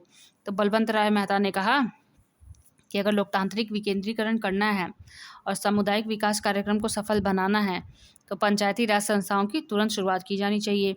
बलवंत राय मेहता समिति ने त्रिस्तरीय पंचायती व्यवस्था की संस्तुति की। मेहता समिति की सिफारिश को 1 अप्रैल 1952 को लागू किया गया। मेहता समिति ने त्रिस्तरीय पंचायती व्यवस्था, पहला स्तर था ग्राम या नगर पंचायत, तहसील पंचायत तथा जिला पंचायत के गठन की सिफारिश की थी। 2 अक्टूबर 1959 को पंचायती राज का राजस्थान के नागौर जिले में सर्वप्रथम विधिवत उद्घाटन पंडित जवाहरलाल नेहरू द्वारा किया गया। 1960 में मुख्य न्यायाधीश माननीय P.N. भगवती के द्वारा लोक अदालत की स्थापना सर्वप्रथम गुजरात प्रांत में की गई। 1984 में पारिवारिक न्यायालय की स्थापना सर्वप्रथम राजस्थान के जयपुर में की गई। 1951 में खान कानून ने स्त्रियों से खानों में काम लेना वर्जित कर दिया। स्त्रियों के लिए गृह सेवा कानून ने कार्य के लिए 8 घंटे निश्चित किए तथा स्त्रियों के रहने के लिए जगह तथा 1 वर्ष में 1 माह सवेतन छुट्टी की व्यवस्था की गई। स्त्रियों को बच्चा पैदा होने की स्थिति में उन्हें वेतन सहित 3 माह छुट्टी लेने का भी अधिकार प्रदान किया गया। 1955 में हिंदू विवाह कानून बनाया गया, जिसके द्वारा बहु विवाह को गैर कानूनी ठहराया गया और एक पुरुष को एक ही पत्नी रखने का अधिकार दिया गया। 1955 में हिंदू उत्तराधिकार कानून द्वारा सभी धन पर सभी का अधिकार और पुत्री को बच्चों सहित पिता की संपत्ति में उसके भाइयों और उनके बच्चों को समान अधिकार दिया गया। 1956 ईस्वी में हिंदू अल्पसंख्यक और संरक्षण कानून तथा बच्चा गोद लेने और भरण पोषण के अधिकार कानून बनाए गए। 1956 में सरकार छुआछूत विरोधी कानून पास कर दिया, जिसके तहत छुआछूत का रिवाज दंडनीय और संज्ञेय अपराध बना दिया गया। स्त्रियों की सुरक्षा के लिए सरकार ने 1958 में फैक्ट्री कानून बनाया, जिससे स्त्रियों के कार्य के घंटे निश्चित किए गए। 1961 ईस्वी में एक कानून के द्वारा दहेज प्रथा को गैर कानूनी घोषित किया गया। 1960 ईस्वी में एक कानून के द्वारा अनाथ और अपाहिज बच्चों की सुरक्षा की व्यवस्था की गई। बढ़ती जनसंख्या को नियंत्रित करने के लिए भारत द्वारा विश्व में सर्वप्रथम 1952 में परिवार नियोजन कार्यक्रम प्रारंभ किया गया। तो परिवार नियोजन कार्यक्रम 1952 में प्रारंभ हुआ। दिल्ली में अखिल भारतीय आयुर्विज्ञान संस्था एम्स की स्थापना की गई। 15 मार्च 1950 ईस्वी को जवाहरलाल नेहरू की अध्यक्षता में योजना आयोग का गठन किया गया था। योजना आयोग के प्रमुख उद्देश्य निम्न थे: वास्तविक संसाधनों को ध्यान में रखते हुए सभी सुसंगत आर्थिक पहलुओं का निष्पक्ष विश्लेषण करते हुए देश के लिए व्यापक योजना बनाना, राज्यों एवं केंद्र के मध्य शक्तियों के विभाजन को देखते हुए योजना तैयार करने में राज्यों की अनिवार्य भागीदारी के लिए 1952 में राष्ट्रीय विकास परिषद का गठन किया गया था। तो पूछा जाता है राष्ट्रीय विकास परिषद का गठन कब किया था? तो 1952 में। राष्ट्रीय विकास परिषद का अध्यक्ष प्रधानमंत्री एवं सभी राज्यों के मुख्यमंत्री पदेन सदस्य होते हैं। तो अध्यक्ष होते हैं प्रधानमंत्री और सभी राज्यों के जो मुख्यमंत्री होते हैं वो पदेन सदस्य होते हैं। पंडित जवाहरलाल नेहरू ने कहा था कि भारत की समस्त समस्याओं का एकमात्र समाधान समाजवाद का मार्ग है। पंडित नेहरू की समाजवादी अवधारणा नियोजित विकास के अंतर्गत मिश्रित अर्थव्यवस्था को आश्रय देती है। 1948 में एक कुटीर उद्योग बोर्ड की स्थापना की गई थी। कुछ समय बाद इसके स्थान पर 2 संस्थाएं स्थापित की गईं: अखिल भारतीय कुटीर उद्योग बोर्ड 1950, अखिल भारतीय खादी एवं ग्राम उद्योग बोर्ड 1950। 1952 में अखिल भारतीय दस्तकारी बोर्ड की स्थापना की गई। सरकार ने लघु उद्योगों की शिक्षा के लिए लघु उद्योग सेवा इंस्टीट्यूट की स्थापना कोलकाता, मुंबई, मद्रास और दिल्ली में किया था। 1953 में केंद्रीय समाज हितकारी बोर्ड की स्थापना की गई थी। अब नेक्स्ट टॉपिक है आर्थिक विकास। भारतीय योजना व्यवस्था के प्रमुख उद्देश्य। तो पहला है उत्पादकता को अधिकतम करना, जिससे राष्ट्रीय एवं प्रति व्यक्ति आय के उच्च स्तरों को प्राप्त किया जा सके। दूसरा था समानता एवं न्याय पर आधारित एक समाजवादी समाज की स्थापना और शोषण का अंत। तीसरा है आय एवं संपत्ति की असमानता को घटाना। चौथा था 5वीं पंचवर्षीय योजना में आत्मनिर्भरता और गरीबी निवारण तथा 7वीं योजना में आधुनिकीकरण के उद्देश्य को सम्मिलित किया गया। योजना आयोग, जिसका गठन पंडित जवाहरलाल नेहरू की अध्यक्षता में गठित आर्थिक कार्यक्रम समिति की सिफारिश की अनुशंसा पर 15 मार्च 1950 को संविधान लागू होने के बाद हुआ। एक संविधानेतर राजनीतिक संस्था है। स्वतंत्रता के पूर्व ही आर्थिक नियोजन का सैद्धांतिक प्रयास प्रारंभ हो चुका था। इस दिशा में प्रथम प्रयास 1934 में सर एम विश्वेश्वरैया ने अपनी पुस्तक भारत के लिए नियोजित अर्थव्यवस्था प्लान्ड इकोनॉमी फॉर इंडिया नामक पुस्तक में प्रारंभ किया। 1938 में इंडियन नेशनल कांग्रेस ने पंडित जवाहरलाल नेहरू की अध्यक्षता में राष्ट्रीय नियोजन समिति का गठन किया। तो राष्ट्रीय नियोजन समिति का गठन हुआ था 1938 में, जिसने देश की आर्थिक समस्याओं को ध्यान में रखकर एक योजना प्रस्तुत की। तो जो ये समिति गठित हुई थी, राष्ट्रीय नियोजन समिति, इसका क्या उद्देश्य था? देश की आर्थिक समस्याओं को ध्यान में रखकर ये योजना प्रस्तुत करती थी। अगस्त 1944 में भारत सरकार ने एक अलग विभाग नियोजन एवं विकास विभाग खोला। राष्ट्रपिता गांधी जी की आर्थिक विचारधारा से प्रेरित होकर श्रीमन नारायण ने 1944 में एक योजना प्रस्तुत की, जिसे गांधीवाद योजना के नाम से जाना जाता है। ये क्वेश्चन पूछा हुआ है कि गांधीवादी योजना के नाम से किसे जाना जाता है, मतलब किसने प्रस्तुत की थी योजना? गांधीवादी योजना। सही नाम है श्रीमन नारायण अग्रवाल। 1944 में मुंबई के 8 प्रमुख उद्योगपतियों ने मिलकर a plan for economic development in India नामक एक 15 वर्षीय योजना प्रस्तुत की, जिसका उद्देश्य भारत के आर्थिक विकास पर बल देना तथा 15 वर्षों में प्रति व्यक्ति आय को 65 रुपये से बढ़ाकर 130 रुपये करना था। अप्रैल 1945 में M.N. रॉय द्वारा एक साम्यवादी योजना जन योजना पीपल्स प्लान निर्मित किया गया है। सारी इंपॉर्टेंट चीज़ें हैं। 1945 में M.N. रॉय द्वारा साम्यवादी योजना जन योजना, जिसे पीपल्स प्लान कहते हैं, उसको निर्मित किया गया।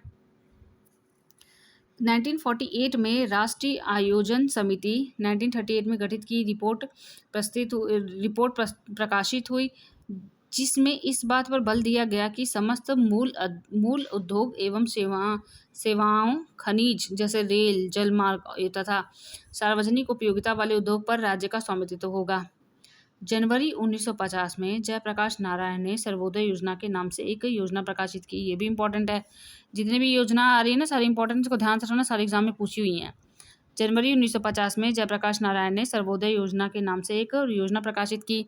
सन 1950 में राष्ट्रकुल के सदस्य देशों ने अंतर्राष्ट्रीय स्तर पर आर्थिक नियोजन की एक विस्तृत योजना प्रस्तुत की, जिसे कोलंबो योजना कहा गया। स्वतंत्रता प्राप्ति के बाद भारत सरकार ने 1950 में जवाहरलाल नेहरू की अध्यक्षता में योजना आयोग का गठन किया, ताकि देश की मौलिक पूंजी एवं मानवीय संसाधनों की आवश्यकता का अनुमान लगाया जा सके और इनका अधिक संतुलन एवं प्रभावी प्रयोग किया जा सके। 6 अगस्त 1952 को आर्थिक आयोजना के लिए राज्यों एवं योजना आयोग के बीच सहयोग का वातावरण तैयार करने के उद्देश्य से राष्ट्रीय विकास परिषद नामक एक गैर संवैधानिक संस्था का गठन किया गया। इसके मुख्य कार्य हैं: पहला, योजना के संचालन का समय समय पर मूल्यांकन करना। दूसरा, विकास को प्रभावित करने वाली नीतियों की समीक्षा करना। तीसरा, योजना में निर्धारित लक्ष्यों की प्राप्ति के लिए सुझाव देना। चौथा, योजनाओं को अंतिम रूप प्रदान करना। 1 अप्रैल 1951 को प्रथम पंचवर्षीय योजना प्रारंभ की गई, जिसमें कृषि के विकास को प्राथमिकता दी गई। प्रथम पंचवर्षीय योजना में ही भाखड़ा नांगल, दामोदर घाटी और हीराकुंड जैसी बहुउद्देशीय नदी घाटी परियोजना चालू की गई। साथ ही 1952 में सामुदायिक विकास कार्यक्रम तथा राष्ट्रीय विकास योजना, सामुदायिक विकास कार्यक्रम और राष्ट्रीय विकास योजना का प्रारंभ किया गया। प्रथम पंचवर्षीय योजना के तहत सिंदरी उर्वरक कारखाना जो बिहार में है, सिंदरी उर्वरक कारखाना की स्थापना की गई। द्वितीय पंचवर्षीय योजना 1956 से 61 तक में आधारभूत एवं भारी उद्योगों पर विशेष बल के साथ देश की तीव्र औद्योगिकरण को मुख्य लक्ष्य बनाया गया। तृतीय पंचवर्षीय योजना 1961 से 66 का मुख्य लक्ष्य भारतीय अर्थव्यवस्था को आत्मनिर्भर बनाना तथा स्वतः स्फूर्त अवस्था में पहुंचाने का लक्ष्य रखा गया। तृतीय योजना के समय विदेशी विनिमय संकट तथा प्रतिकूल व्यापार शेष के कारण जून 1966 में रुपए का अवमूल्यन 36.5% करना पड़ा था। तो रुपए का अवमूल्यन 1966 में करना पड़ा था 36.5%, जो योजना अवधि का पहला अवमूल्यन था। यह योजना चीन आक्रमण तथा पाकिस्तान आक्रमण के कारण अपने लक्ष्य को हासिल करने में काफ़ी असफल रही, जो सभी योजनाओं में एक अपवाद है। खाद्यान्न के क्षेत्र में आत्मनिर्भरता प्राप्त करने के लिए 1966 में हरित क्रांति ग्रीन रिवॉल्यूशन प्रारंभ किया गया। निजी एवं सहकारी क्षेत्र का दीर्घकालीन एवं मध्यकालीन खाद्य की व्यवस्था करने के लिए 1 जुलाई 1948 को भारतीय औद्योगिक वित्त निगम IFCI की स्थापना की गई। 26 सितंबर 1951 में राज्य वित्त निगम स्टेट फाइनेंस कॉरपोरेशन की स्थापना की गई। 5 जनवरी 1955 में निजी क्षेत्र में स्थापित होने वाली औद्योगिक इकाइयों की स्थापना, विकास और उसके आधुनिकीकरण के कार्यों में सहायता देने के लिए भारतीय औद्योगिक साख एवं निवेश निगम लिमिटेड ICICI की स्थापना की गई। तो कब की गई थी? 5 जनवरी 1955 में। 1 जुलाई 1964 में उद्योगों की स्थापना एवं विकास के लिए वित्तीय सहायता प्रदान करने के उद्देश्य से IDBI यानी भारतीय औद्योगिक विकास निगम की स्थापना की गई। 1 जुलाई 1964 की भारतीय यूनिट ट्रस्ट की स्थापना की गई। भारत में पहला बैंक सन 1806 में स्थापित किया गया। इसका नाम बैंक ऑफ बंगाल था। भारत में पहला वाणिज्यिक बैंक सन 19 लिखा क्या 1881 में स्थापित किया गया था, जिसका नाम अवध कॉमर्शियल बैंक था। ये 1881 है। तो पहला बैंक तो बैंक ऑफ बंगाल था, 1806 में स्थापित हुआ था। लेकिन पूछ रहा है भारत में पहला वाणिज्यिक बैंक, तो पहला कॉमर्शियल बैंक था अवध कॉमर्शियल बैंक, 1881 में स्थापित किया गया। 1 जुलाई 1955 को घोरवाला समिति की अनुशंसा पर इंपीरियल बैंक का राष्ट्रीयकरण करके उसका नाम स्टेट बैंक ऑफ इंडिया कर दिया गया। ये भी पूछा जाता है। वर्तमान में स्टेट बैंक देश का सबसे बड़ा व्यापारिक बैंक है। पूर्ण रूप से पहला भारतीय बैंक पंजाब नेशनल बैंक था। इसकी स्थापना 1894 में की गई थी। तो मैच द फॉलोइंग में आ जाता है बैंक और उसका स्थापना वर्ष। तो सारे जितने भी अभी तक मैंने पढ़े हैं सारे बैंकों का ये जो स्थापना वर्ष है उसको अच्छे से याद रखना है। पूर्ण रूप से जो भारतीय बैंक था वो पहला भारतीय बैंक पंजाब नेशनल बैंक था। इसकी स्थापना 1894 में हुई थी। Reserve bank of India Bharat का केंद्रीय बैंक है। इसकी स्थापना 1 अप्रैल 1935 को की गई थी। इसका मुख्यालय मुंबई में है। रिजर्व बैंक का राष्ट्रीयकरण 1 जनवरी 1949 को किया गया था। भारतीय जीवन बीमा निगम की स्थापना 1 सितंबर 1956 को की गई थी। तो भारतीय जीवन बीमा निगम की स्थापना 1 सितंबर 1956 को की गई थी। क्षेत्रीय ग्रामीण बैंकों की स्थापना 1975 में की गई थी। सिक्किम और गोवा को छोड़कर देश की प्रथम औद्योगिक नीति की घोषणा 6 अप्रैल 1948 को की गई थी, जिसमें निजी एवं सार्वजनिक क्षेत्र के लिए स्पष्ट क्षेत्रों का बंटवारा करने वाली पहली औद्योगिक नीति के द्वारा ही देश में विस्तृत एवं नियोजित अर्थव्यवस्था की नींव रखी गई। 30 अप्रैल 1956 को पूर्व की नीति में व्यापक परिवर्तन करते हुए समाजवादी ढंग से समाज की स्थापना के उद्देश्य से दूसरी औद्योगिक नीति की घोषणा की गई। रेल इंजनों के निर्माण हेतु चितरंजन का कारखाना तथा जलपोतों के निर्माण के लिए स्टीम नेविगेशन कंपनी की स्थापना की गई। विदेशी पूंजी के सहयोग से निजी क्षेत्र में अमेरिका की एस्सो तेल कंपनी द्वारा 1954 में ट्रॉम्बे में एक तेल शोधन कारखाना स्थापित किया गया। द्वितीय पंचवर्षीय योजना में पेरियार, मच्छकुंड, सिलेरू, कुंडा, कोयला, नेरीपंगलम, सोलायार, सबटीगिरी, गांधी सागर और रिहंद परियोजनाओं को क्रियान्वित किया गया। द्वितीय पंचवर्षीय योजना में देश में पेट्रोलियम पदार्थों की मांग में पर्याप्त वृद्धि हो गई थी। फिर भी सार्वजनिक क्षेत्र में किसी तेल शोधन कारखाने की स्थापना नहीं की गई। द्वितीय पंचवर्षीय योजना में ब्रिटिश कालटेक्स तेल कंपनी द्वारा सन 1957 में विशाखापट्टनम में एक तेल शोधन कारखाना स्थापित किया गया। हमारी द्वितीय पंचवर्षीय योजना का मुख्य उद्देश्य ग्रामीण भारत का पुनर्निर्माण करना, भारत में औद्योगिक प्रगति की नींव रखना, कमजोर और अपेक्षाकृत अधिकारहीन वर्ग को उन्नति का समान अवसर प्रदान करना तथा देश के सभी क्षेत्रों का संतुलित विकास करना है। ये किसने कहा था? पंडित जवाहरलाल नेहरू ने कहा।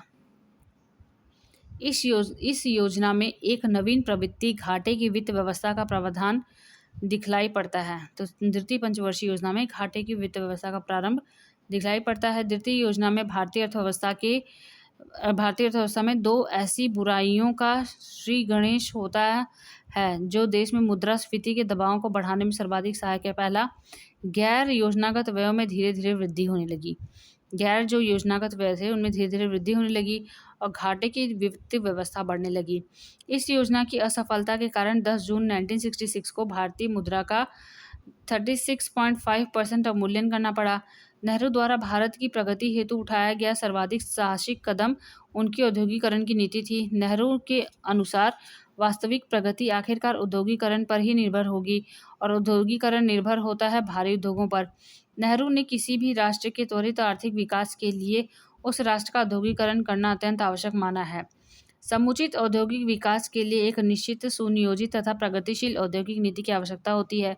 औद्योगिक नीति के द्वारा सरकार विभिन्न उद्योगों के प्रति अपनाई जाने वाली अपनी सामान्य नीतियों की घोषणा करती है ताकि उद्योगों के क्षेत्र में अनियंत्रित प्रतिस्पर्धा को रोका जा सके, उत्पादन में वृद्धि हो, लोगों की आवश्यकताओं की पूर्ति हो तथा उनके जीवन स्तर में सुधार आए। नेहरू जी की औद्योगिक नीति में टैगोर के प्रति व्यक्ति को शक्ति संपन्न बनाने की संकल्पना का व्यापक रूप निहित है। दूसरी तरफ भारत एक मजबूत राष्ट्र की श्रेणी में तभी खड़ा हो सकता है जब वह विश्व के अन्य विकासशील देशों के समानांतर खड़ा हो पाता। इसके लिए वैज्ञानिक प्रगतिवाद विचारधारा पर आधारित औद्योगिकवाद भारत को विश्व के विकासशील राष्ट्रों के समकक्ष खड़ा करने को महान आग्रह था। नेहरू जी के प्रभुत्व काल में राष्ट्र में अनेकों औद्योगिक संस्थान तथा वैज्ञानिक प्रयोगशालाएं खोली गईं। नेहरू जी का मानना था कि केवल औद्योगिकरण ही वह कार्य है जिस पर चलकर देश अपने संपूर्ण निर्दिष्ट लक्ष्य को यानी डिसाइडेड लक्ष्य की प्राप्ति कर सकेगा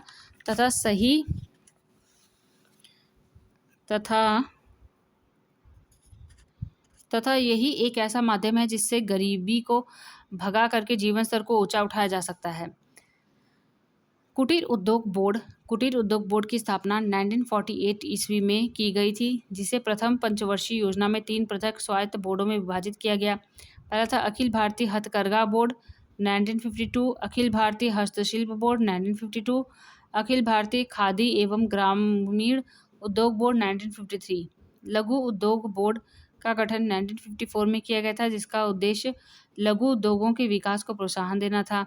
प्रथम पंचवर्षीय योजना में स्थापित किए जाने वाले प्रमुख उद्योग थे: पहला, सिंदरी उर्वरक कारखाना, चितरंजन रेल निर्माण कारखाना, पानी के जहाज के निर्माण के लिए steam navigation company, Hindustan machine tools, integral coach factory Perambadur Tamil Nadu, Hindustan antibiotics, national news printer and paper mill Uttar Pradesh, cement निगम। उद्योग विकास एवं नियमन अधिनियम 1951 के द्वारा सर्वप्रथम उद्योगों हेतु लाइसेंस होना अनिवार्य कर दिया गया। द्वितीय पंचवर्षीय योजना में स्थापित किए गए उद्योग थे: दुर्गापुर इस्पात संयंत्र पश्चिम बंगाल ब्रिटेन के सहयोग से, राउरकेला इस्पात संयंत्र उड़ीसा में जर्मनी के सहयोग से, भिलाई इस्पात संयंत्र मध्य प्रदेश वर्तमान में छत्तीसगढ़ रूस के सहयोग से, टिस्को एवं इस्को का आधुनिकीकरण किया गया। बोकारो इस्पात संयंत्र की स्थापना चतुर्थ पंचवर्षीय योजना में रूस के सहयोग से किया गया था।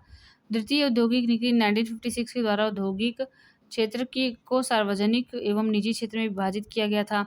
द्वितीय औद्योगिक नीति में संयुक्त क्षेत्र और राष्ट्रीय क्षेत्र की अवधारणा का उल्लेख किया गया था। द्वितीय पंचवर्षीय योजना में उद्योगों के विकास को ही प्रमुख लक्ष्य स्वीकार किया गया।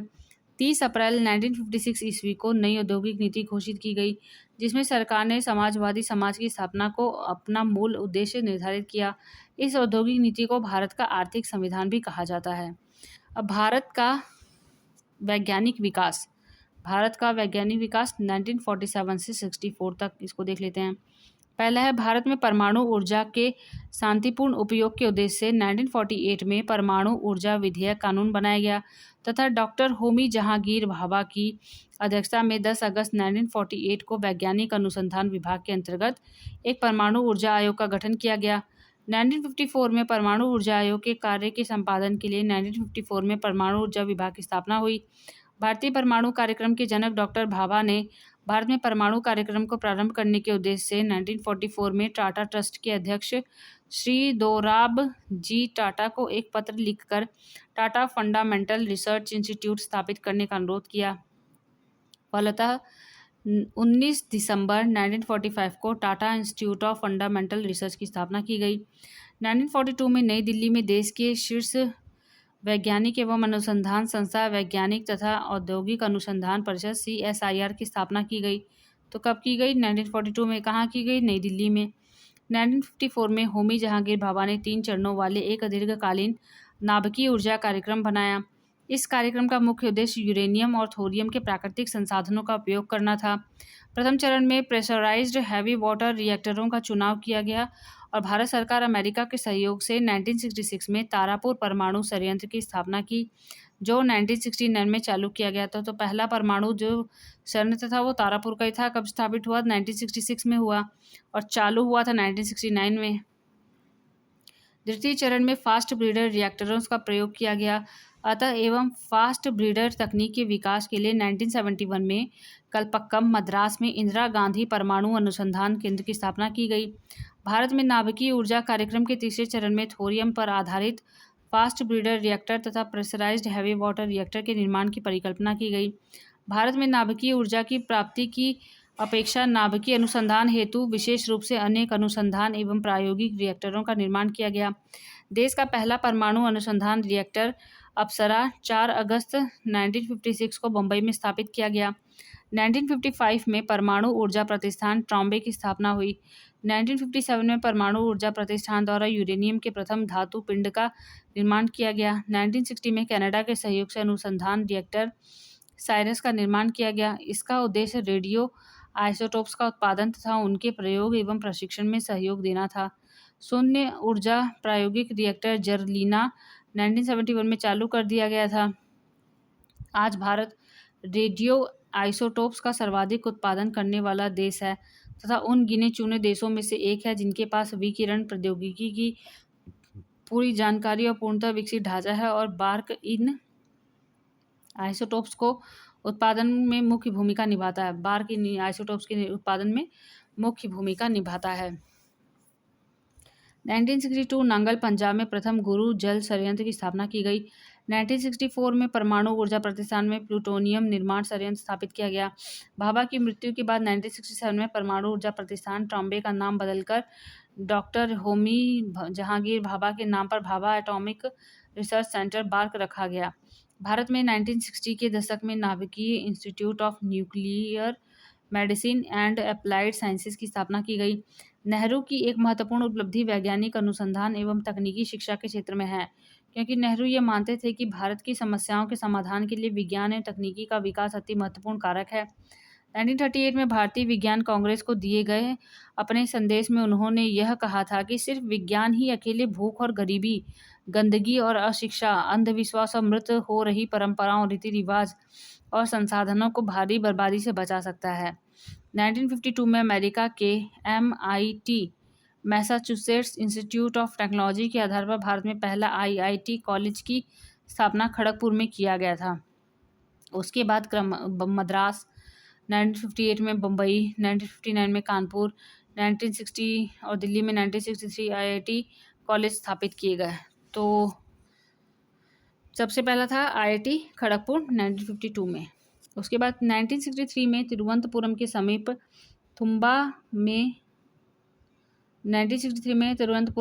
थुम्बा में भूमध्य रेखीय रॉकेट प्रक्षेपण केंद्र की स्थापना का कार्य प्रारंभ हुआ। 1963 को TERLS थुम्बा को प्रथम साउंडिंग रॉकेट अमेरिका का निर्मित का प्रक्षेपण किया गया। 1965 में अंतरिक्ष प्रौद्योगिकी क्षेत्र में आत्मनिर्भरता की प्राप्ति के लिए तथा अनुसंधान एवं विकास को प्रोत्साहन देने हेतु थुम्बा में अंतरिक्ष विज्ञान एवं प्रौद्योगिकी केंद्र की स्थापना की गई। 1967 में अहमदाबाद में उपग्रह दूरसंचार भूकेंद्र की स्थापना की गई। 1969 में भारतीय राष्ट्रीय अंतरिक्ष अनुसंधान समिति का पुनर्गठन करके भारतीय अंतरिक्ष अनुसंधान संगठन इसरो की स्थापना की गई। तो कब की गई इसरो की स्थापना? 1969 में की गई। बाद में 1972 को अंतरिक्ष आयोग और अंतरिक्ष विभाग की स्थापना की गई। 1948 में भारतीय टेलीफोन उद्योग लिमिटेड की स्थापना की गई, जिसे जनवरी 1950 में सार्वजनिक क्षेत्र की कंपनी में परिवर्तित कर दिया गया। 1952 में वायरलेस नियोजन और समन्वय शाखा की स्थापना की गई और यह देश में रेडियो स्पेक्ट्रम के प्रयोग के नियमन और समन्वय के लिए राष्ट्रीय रेडियो नियमन प्राधिकरण के रूप में काम करती है। इंटेलसेट जो एक अंतर्राष्ट्रीय उपग्रह संचार प्रणाली है का गठन 1962 में किया गया था। भारत में कंप्यूटर का विकास 1955 से प्रारंभ हुआ, लेकिन इसका वास्तविक विकास राजीव गांधी के शासनकाल में माना जाता है। कंप्यूटर का उपयोग प्रारंभिक वर्षों में मुख्य रूप से वैज्ञानिक गणनाओं के लिए किया जाता था। कृषि उत्पादन बढ़ाने के उद्देश्य से 1963 में राष्ट्रीय बीज निगम की स्थापना की गई। 1956 में तेल एवं प्राकृतिक गैस आयोग की स्थापना की गई। नई दिल्ली स्थित वैज्ञानिक और औद्योगिक अनुसंधान संगठन CSIR के अंतर्गत 1966 में गोवा में एक राष्ट्रीय सागर विज्ञान की स्थापना की गई। इस संस्था का मुख्य कार्य समीपवर्ती सागरों के भौतिक, रासायनिक, जीव विज्ञान, भूगर्भ विज्ञान और इंजीनियरिंग के संबंध में पर्याप्त ज्ञान विकसित करना था। भारत की विदेश नीति नेहरू तक। भारतीय विदेश नीति के निर्माणात्मक तत्व। तो पहला था भौगोलिक तत्व, गुटबंदियां, विचारधाराओं का प्रभाव, सैनिक तत्व, नेहरू का व्यक्तित्व, आर्थिक तत्व, राष्ट्रीयता, ऐतिहासिक परंपराएं, आंतरिक शक्तियां एवं प्रभावों का दबाव। स्वतंत्रता से पूर्व भारत की कोई नीति नहीं थी। क्योंकि भारत ब्रिटिश सत्ता के अधीन था, किंतु विश्व मामलों में भारत की एक सुदीर्घ परंपरा रही और इसका न केवल पड़ोसी देशों के साथ अपितु दूर दूर स्थित देशों के साथ भी सांस्कृतिक एवं व्यापारिक आदान प्रदान होता रहा। भारत की विदेश नीति की रूपरेखा स्पष्ट करते हुए पंडित नेहरू ने 1946 में कहा था कि विदेशी संबंधों के क्षेत्र में भारत एक स्वतंत्र नीति का अनुसरण करेगा और गुटों की खींचतान से दूर रहते हुए संसार के समस्त पराधीन देशों को आत्मनिर्णय का अधिकार प्रदान करने तथा जातीय भेदभाव की नीति का दृढ़तापूर्वक उन्मूलन करने का प्रयत्न करेगा। नेहरू का उपरोक्त कथन आज भी भारतीय विदेश नीति का आधार स्तंभ है और भारत दुनिया के शांतिप्रिय राष्ट्रों के साथ मिलकर अंतर्राष्ट्रीय सहयोग एवं सद्भावना के लिए प्रयत्नशील है। भारतीय विदेश नीति की मूलभूत बातों का समावेश भारतीय संविधान के अनुच्छेद 51 में दिया गया है। भारतीय संविधान के अनुच्छेद 51 के अनुसार राज्य अंतर्राष्ट्रीय शांति और सुरक्षा को बढ़ावा देगा, राष्ट्रों के मध्य न्याय और सम्मानपूर्वक संबंधों को बनाए रखने का प्रयास करेगा, अंतर्राष्ट्रीय कानून और तथा संधियों का सम्मान करेगा तथा अंतर्राष्ट्रीय झगड़ों को पंच फैसलों द्वारा निपटाने की नीति को बढ़ावा देगा। जे बंदोपाध्याय ने अपनी पुस्तक the making of India's foreign policy में भारतीय विदेश नीति के आर्थिक आयाम बताए, जिसके 3 प्रमुख सूत्र हैं: सुरक्षा, विदेशी सहायता एवं अंतर्राष्ट्रीय व्यापार। द्वितीय विश्व युद्ध के बाद अंतर्राष्ट्रीय राजनीति 2 ध्रुवों में बंट गई। सोवियत संघ के नेतृत्व में साम्यवादी गुट और अमेरिका के नेतृत्व में पूंजीवादी समर्थन पश्चिमी गुट। दोनों ही गुटों ने अपने अपने गुटों के विस्तार के लिए अनेक संगठन बनाए तथा अनेक देशों से सैनिक एवं आर्थिक संधियां की। सीटो समझौता 1954 ईस्वी। अमेरिका ने दक्षिण पूर्व एशिया के देशों को साम्यवाद के चंगुल में फंसने से रोकने के लिए फिलीपींस की राजधानी मनीला में 1954 में सीटो नामक एक समझौता किया और अपने उद्देश्यों की पूर्ति के लिए उसने इन देशों को भारी सैनिक और आर्थिक मदद दिया। बगदाद पैक्ट, सेंटो समझौता 1955। अमेरिका ने पश्चिम एवं मध्य पूर्व एशिया के देशों में सोवियत साम्यवादी प्रभाव को रोकने तथा अमेरिकी प्रभाव का विस्तार करने के लिए उन्हें आर्थिक सहायता पहुंचाने, उनके साथ सैनिक संधियां करने और अरब राष्ट्रों में फूट डालने के लिए 1955 में बगदाद पैक्ट किया। इस समझौते के तहत ब्रिटेन, ईरान, इराक, तुर्की, पाकिस्तान और जॉर्डन आदि पश्चिमी एवं मध्य पूर्वी एशियाई देश पश्चिमी गुट में शामिल हो गए, किंतु 1958 में इराक इस समझौते से अलग हो गया, तो इसका नाम 1959 में बगदाद पैक्ट के बदलकर सेंटो समझौता कर दिया गया। भारत पाकिस्तान संबंध। भारतीय नेताओं को यह आशा थी कि देश विभाजन के बाद शांति और आपसी मेलजोल का बढ़ावा मिलेगा, किंतु पाकिस्तान के विभाजन के साथ ही कुछ ऐसी समस्याएं उत्पन्न हो गईं जिसके कारण दोनों देशों के मध्य संबंधों में कटुता आ गई, जैसे हैदराबाद विवाद, जूनागढ़ विवाद, ऋण अदायगी का प्रश्न, नहरी पानी विवाद, कश्मीर विवाद आदि। भारत पाक विभाजन के बाद नहरों के पानी के बंटवारे को लेकर दोनों देशों में विवाद उत्पन्न हो गया। 1947 में एक अमेरिकी विशेषज्ञ डेविड लिलिएंथल ने इस समस्या को राजनीतिक स्तर से हटाकर तकनीकी एवं व्यापारिक स्तर पर सुलझाने की सलाह दी और इसके लिए विश्व बैंक से मदद लेने की सिफारिश की। सितंबर 1951 में विश्व बैंक के अध्यक्ष यूजीन ब्लैक की मध्यस्थता में एवं इसके बाद मिस्टर इलिक के सहयोग से लंबी बातचीत के फलस्वरूप 19 सितंबर 1960 में भारत और पाकिस्तान के बीच जल विभाजन के प्रश्न पर समझौता हो गया, जिसे 1960 का सिंधु जल वितरण संधि कहा जाता है। इस संधि पर भारतीय प्रधानमंत्री नेहरू और पाकिस्तानी राष्ट्रपति अयूब खान ने रावलपिंडी, कराची में हस्ताक्षर किया और 12 जनवरी 1961 में इस संधि की शर्तों को लागू कर दिया गया। 1949 में युद्ध विराम रेखा निर्धारित हो जाने पर पाकिस्तान के हाथ कश्मीर का 32,000 वर्ग मील क्षेत्र चला गया, जबकि नियंत्रण रेखा के इस पार का 53,000 वर्ग मील क्षेत्र भारत के अधिकार में रह गया। अगस्त 1948 में संयुक्त राष्ट्र संघ ने जनमत संग्रह के प्रश्न पर यह शर्त लगा दी कि पाकिस्तान द्वारा अधिकृत कश्मीर, जिसे पाकिस्तान आज़ाद कश्मीर के नाम से संबोधित करता था, क्षेत्र से जब पाकिस्तान सेना एवं कबायली पूर्णतः हट जाएंगे तभी जनमत संग्रह होगा। परंतु पाकिस्तान आज़ाद कश्मीर से अपनी सेनाएं हटाने के लिए तैयार न था और बिना सेना हटाए जनमत संग्रह हो नहीं सकता था। 1954 में पाकिस्तान ने अमेरिका के साथ एक सैनिक संधि कर ली और इस प्रकार वह सीटों का सदस्य बन गया। इसी प्रकार 1955 में बगदाद पैक्ट सेंटों का भी सदस्य हो गया। 1950 में नेहरू ने पाकिस्तान से युद्ध वर्जन संधि नो वॉर पैक्ट करने का प्रस्ताव किया, किंतु पाकिस्तान ने उसे ठुकरा दिया। 6 फरवरी 1954 में कश्मीर की संविधान सभा ने एक प्रस्ताव पास कर जम्मू कश्मीर राज्य के भारत में विलय, जो महाराजा हरि सिंह द्वारा 26 अक्टूबर 1947 में ही कर दिया गया था, की पुष्टि कर दी। भारत सरकार ने भारतीय संविधान में संशोधन कर 14 मई 1954 को अनुच्छेद 370 के तहत कश्मीर को विशेष राज्य का दर्जा दे दिया। 26 जनवरी 1957 को जम्मू कश्मीर का संविधान लागू हो गया और के साथ ही कश्मीर भारतीय संघ का एक अभिन्न अंग बन गया। अप्रैल 1965 में कच्छ के रण को लेकर भारत और पाकिस्तान के बीच पुनः संघर्ष शुरू हो गया। पाकिस्तानी सेना की 2 टुकड़ियां भारतीय क्षेत्र में आ घुसी और कच्छ के कई भागों पर अधिकार कर लिया।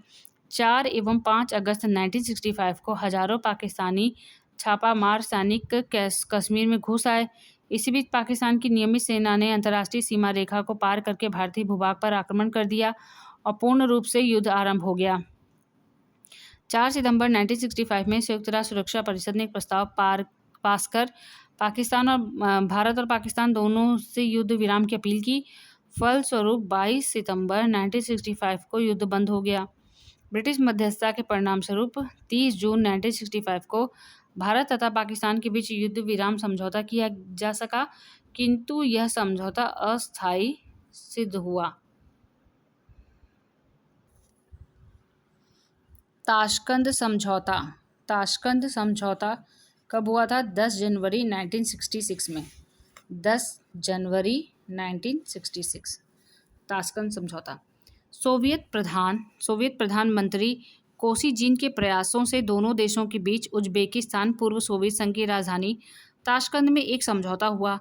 यह समझौता 4 जनवरी 1966 को प्रारंभ हुआ और 10 जनवरी 1966 को पाकिस्तानी राष्ट्रपति अयूब खान और भारतीय प्रधानमंत्री लाल बहादुर शास्त्री ने इस समझौते पर हस्ताक्षर किया। ताशकंद संधि के तहत यह तय हुआ कि दोनों देशों के सशस्त्र सैनिक 25 फरवरी 1966 से पूर्व उस स्थान पर वापस चले जाएंगे जहां वे 5 अगस्त 1965 के पूर्व थे। दोनों देश युद्ध विराम की शर्तों का पालन करेंगे। ताशकंद समझौते से लौटते समय 11 जनवरी 1966 को भारतीय प्रधानमंत्री लाल बहादुर शास्त्री की रास्ते में ही मृत्यु हो गई। बांग्लादेश का उदय 16 अक्टूबर 1971 में शेख मुजीबुर रहमान के नेतृत्व में बांग्लादेश की स्वायत्तता का आंदोलन प्रारंभ हो गया। पूर्वी पाकिस्तान अर्थात बांग्लादेश की जनता पूर्णतः मुजीबुर रहमान के साथ थी।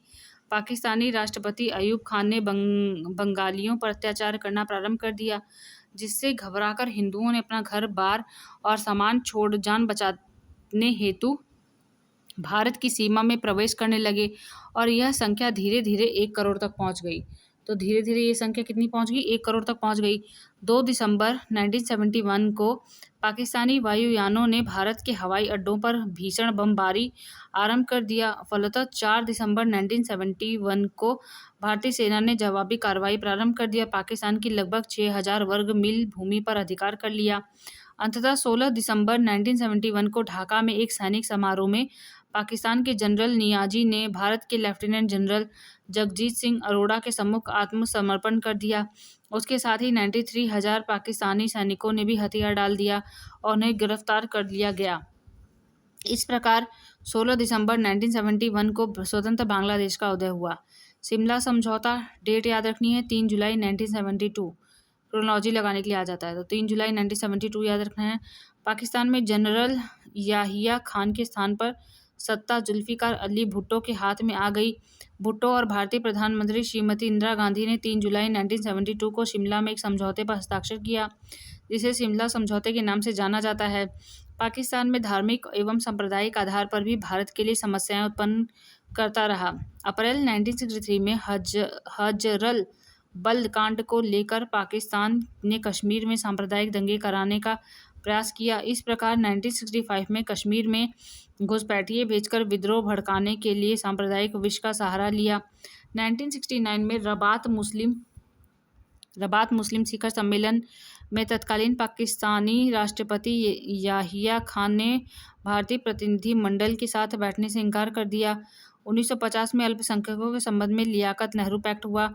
पाकिस्तान 2 मार्च 1963 को चीन के साथ गैर कानूनी समझौते करके 2000 वर्ग मील यानी 5180 वर्ग किलोमीटर पाक अधिकृत कश्मीर का भूभाग उपहार के रूप में दे दिया। भारत श्रीलंका संबंध। 17.13 मिलियन आबादी वाला यह देश श्रीलंका भारत से दक्षिण में स्थित पाक जल डमरू मध्य से पृथक होता है। यहाँ बहुमत संख्या में सिंहली तथा अल्पमत संख्या में तमिल भाषा भाषी लोग रहते हैं। भारत की तरह श्रीलंका भी 150 वर्षों तक विदेशी शक्तियों द्वारा उपनिवेशीकरण का शिकार रहा। यहाँ पर सर्वप्रथम पुर्तगालियों ने अधिकार किया, उसके बाद में डचों ने और अंत में उनका स्थान अंग्रेजों ने ले लिया। श्रीलंका के अधिकांश भारतीय प्रवासी, जिसमें ज़्यादातर दक्षिण भारत के थे, जिन्हें अंग्रेजों द्वारा चाय और रबड़ के बागानों में काम करने के लिए लाया गया था, वे 1948 में श्रीलंका के स्वतंत्र होने तक ब्रिटिश नागरिकों के रूप में समान अधिकार एवं मताधिकार का प्रयोग करते थे, किंतु स्वतंत्रता के बाद 1948 के सिलोन नागरिकता अधिनियम तथा 1949 में सिलोन संसदीय अधिनियम निर्वाचन कानून द्वारा भारतीय प्रवासियों को मताधिकार से वंचित कर दिया गया।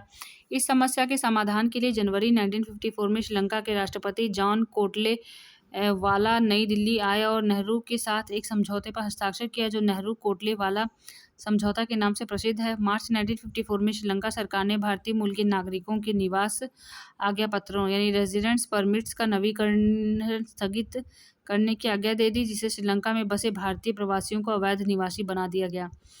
1956 में भाषा विवाद के कारण सिंहलियों एवं तमिलों में व्यापक पैमाने पर दंगे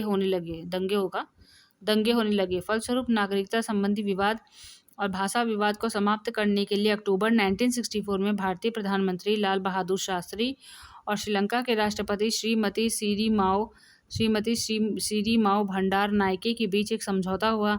फिर भी यह विवाद पूरी तरह नहीं सुलझा और अब तक मनमुटाव का कारण बना हुआ है। कच्चा तीवू द्वीप का विवाद। भारत और श्रीलंका के समुद्री तटों के बीच 200 एकड़ का कच्चा तीवू नामक एक छोटा सा द्वीप है, जिस पर नागफनी के अतिरिक्त कुछ नहीं उगता और आबादी भी नहीं के बराबर है। इस द्वीप पर दोनों देश प्रारंभ से ही अपना अपना आधिपत्य जताते हैं। यह विवाद इसलिए और बढ़ गया क्योंकि इस द्वीप के आसपास तेल के काफ़ी बड़े भंडार होने की आशा की जाती है, परंतु भारत एक महान पड़ोसी की भूमिका का निर्वहन करते हुए इस छोटे से द्वीप के लिए विवाद को लंबा खींचना ठीक नहीं समझता और 28 जून 1974 में एक समझौता के तहत इसे श्रीलंका को दे दिया। भारत और भूटान का संबंध। भारत भूटान संबंध। भूटान पूर्वी हिमालय क्षेत्र में स्थित एक छोटा स्वतंत्र पर्वतीय राज्य है। यहाँ अधिकतर भूटिया जाति के लोग रहते हैं। यहाँ के लोग बौद्ध धर्मावलंबी हैं। भारत की उत्तरी प्रतिरक्षा व्यवस्था में भूटान का भेदांग की संज्ञा दी जाती है। भारत भूटान संबंधों की शुरुआत 1865 की सिंचुला संधि के द्वारा होती है। इस संधि के द्वारा भूटान को भारतीय रियासत का रूप प्रदान किया गया। इसके बाद पुनः 1910 में दोनों देशों के बीच पुनर्वा संधि हुई, जिसके द्वारा तत्कालीन ब्रिटिश सरकार ने भूटान के आंतरिक मामलों में हस्तक्षेप न करने तथा भूटान ने अपनी विदेशी मामलों को भारत के निर्देशन में चलाना स्वीकार कर लिया। 1949 में भूटान और स्वतंत्र भारत की सरकार के बीच पुनः एक संधि हुई, जिसके द्वारा दोनों देशों ने एक चिरस्थायी शांति और मित्रता को सुनिश्चित करने का आश्वासन दिया और भारत ने भूटान के आंतरिक मामलों में हस्तक्षेप न करने का वचन दिया। इस संधि के अनुच्छेद 2 में कहा गया है कि भूटान सरकार अपने विदेशी मामलों को भारत सरकार की सलाह से संचालित करेगी। भारत सरकार भूटान को प्रतिवर्ष 5 लाख रुपए देगा, किंतु भारत चीन युद्ध के बाद भूटान ने अपनी प्रतिरक्षा का भार भी भारत को सौंप दिया। भारत ने भूटान के विकास में सक्रिय सहयोग दिया। भारत सीमा सड़क संगठन ने भूटान में 1000 किलोमीटर लंबी सड़क का निर्माण किया, अनेक हवाई पट्टी बनवाई। भारत के सहयोग से ही भूटान की नई राजधानी थिम्फू का निर्माण किया गया। यद्यपि 1973 में सिक्किम के भारत में विलय से दोनों देशों के बीच कुछ मतभेद जरूर उभरे। भारत की पहल पर ही भूटान 1971 में संयुक्त राष्ट्र संघ का सदस्य बना। 1973 में निरगुट आंदोलन में शामिल हुआ। 1977 में भारत ने भूटान के राजदूतावास का नई दिल्ली में दर्जा बढ़ा दिया। यह सार्क का भी सदस्य है तथा दक्षिण एशिया में डाक सेवाओं में सहयोग संबंधी समिति का भी अध्यक्ष है। भारत चीन संबंध 1 अक्टूबर 1949 में चीन में साम्यवादी सरकार की विधिवत स्थापना की गई। गैर साम्यवादी देशों में भारत ही एकमात्र ऐसा देश था जिसने 30 दिसंबर 1949 को चीन में इस नई सरकार को मान्यता दी थी। 1950 में कोरिया युद्ध के समय भारत ने चीन का साथ दिया। 25 अक्टूबर 1950 को चीनी सेना ने तिब्बत पर खुला आक्रमण कर दिया, जिसका भारत सरकार ने विरोध किया। पंचशील समझौता 1954 ईस्वी में दोनों देशों के बीच नई दिल्ली में 29 अप्रैल 1954 को तिब्बत को लेकर एक समझौता हुआ, जो कि पंचशील समझौते के नाम से जाना जाता है। पंचशील का आशय था आचरण के 5 सिद्धांत। यह सिद्धांत है: पहला, एक दूसरे की प्रादेशिक अखंडता और सर्वोच्चता सत्ता के लिए पारस्परिक सम्मान की भावना, अनाक्रमण की भावना, एक दूसरे के आंतरिक मामलों में हस्तक्षेप न करना। थर्ड है एक दूसरे के आंतरिक मामलों में हस्तक्षेप न करना। चौथा था समानता एवं पारस्परिक लाभ। पांचवा, शांतिपूर्ण सहअस्तित्व की भावना का विकास। पंचशील समझौते के अनुसार भारत ने अंग्रेजों से विरासत में प्राप्त उन सभी विशेषाधिकारों का त्यागपत्र कर दिया जो अब तक उसे तिब्बत में प्राप्त थे। ये विशेषाधिकार थे: लहासा में एक एजेंट, ग्यात्से एवं यांगतुंग में व्यापारिक एजेंसियां तथा यांगत्से जाने वाले व्यापारिक मार्ग पर डाक एवं तार घर तथा उसकी सुरक्षा के लिए एक छोटा संरक्षक सैनिक दल रखना शामिल था। 28 जून 1954 को चीन के प्रधानमंत्री चाओ एन लाई तथा भारत के प्रधानमंत्री नेहरू ने पंचशील में अपने विश्वास को दोहराया। इस मैत्री संबंध में छिद्र तब प्रकट हुआ जब जुलाई 1958 में चीन ने ऐसे मानचित्र प्रकाशित किए जिसमें लद्दाख से लेकर असम सीमा तक हिमालय प्रदेश के 1,32,090 वर्ग किलोमीटर भारतीय भूभाग को चीन राज्य के भूभाग के रूप में दर्शाया। 1959 में संकट काल तब आया जब तिब्बतियों ने चीन के विरुद्ध खुला विद्रोह कर दिया। फलस्वरूप चीन ने तिब्बत को रौंद डाला और वहां वास्तव में आतंक का राज्य लागू किया। परिणाम स्वरूप तिब्बत के पार्थिव एवं धार्मिक गुरु दलाई लामा को बहुसंख्यक तिब्बतियों के साथ भारत में शरण लेनी पड़ी। चीन ने इस घटना के लिए भारत को दोषी ठहराया और 1959 में ही चीन ने हिमालय के भारतीय क्षेत्रों पर चढ़ाई कर दी। भारतीयों ने कड़ा प्रतिवाद एवं समझौते दोनों का प्रयास किया, किंतु इसके बावजूद चीन ने भारत के लगभग 31,000 वर्ग किलोमीटर क्षेत्र पर कब्जा कर लिया। भारत चीन युद्ध 1962 ईस्वी 8 सितंबर 1962 को चीन ने भारत पर आक्रमण कर दिया और 20 अक्टूबर 1962 में लगभग 30,000 चीनी सैनिकों ने लद्दाख और असम के उत्तर में स्थित नेफा नॉर्थ ईस्ट फ्रंटियर एजेंसी पर भारी आक्रमण कर दिया। 1 दिसंबर 1962 को भारतीय प्रधानमंत्री नेहरू ने चाउ एन लाई को कम से कम 8 सितंबर 1962 के पूर्व की यथास्थिति का वापस लेने का एक स्पष्ट और सीधा प्रस्ताव भेजा ताकि शांतिपूर्ण एवं अपेक्षित वातावरण का निर्माण किया जा सके। कोलंबो सम्मेलन 1962 भारत चीन विवाद को शांतिपूर्ण ढंग से सुलझाने के लिए कुछ एशियाई और अफ्रीकी राष्ट्रों जैसे श्रीलंका, बर्मा, कंबोडिया, इंडोनेशिया, घाना और संयुक्त अरब गणराज्य सहित 6 देशों का 1962 ईस्वी में कोलंबो में 10 से 12 दिसंबर के बीच एक सम्मेलन हुआ, जिसे कोलंबो सम्मेलन के नाम से जाना जाता है। यद्यपि भारत ने इस सम्मेलन में पास प्रस्तावों को स्वीकार कर लिया, किंतु चीन ने न केवल इसे अपनाने से इनकार कर दिया, उल्टे इन प्रस्तावों का खुला उल्लंघन करते हुए उसने भारत के लद्दाख क्षेत्र में 7 सैनिक चौकियां स्थापित कर ली और तथाकथित नियंत्रण रेखा के समानांतर पत्थर के ढेर जमा कर लिए और भारतीय सीमा के पास अपनी सैनिक शक्ति का विस्तार जारी रखा।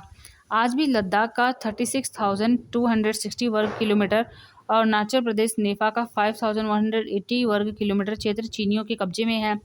21 अक्टूबर 1962 को चीन ने एक पक्षीय युद्ध विराम की घोषणा कर दी।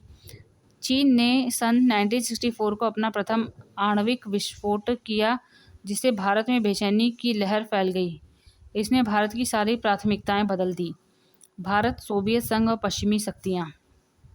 स्वतंत्रता के बाद 1947 से 1950 तक भारतीय प्रवृत्ति अंतर्राष्ट्रीय मामलों में पश्चिमी गुट की ओर झुकी हुई थी, किंतु 1953 में स्टालिन सोवियत नेता की मृत्यु के बाद भारत के प्रति सोवियत संघ का दृष्टिकोण काफ़ी उदार होने लगा। 1953 से 1957 के दौरान भारत का सोवियत संघ की ओर झुकाव बढ़ने लगा। इस दौरान दोनों देशों के नेताओं ने एक दूसरे देशों की सद्भावना यात्राएं की। दोनों देशों के बीच व्यापार बढ़ा और सोवियत संघ ने भारत को पर्याप्त आर्थिक और तकनीकी सहायता प्रदान की, जैसे भिलाई इस्पात कारखाने के लिए।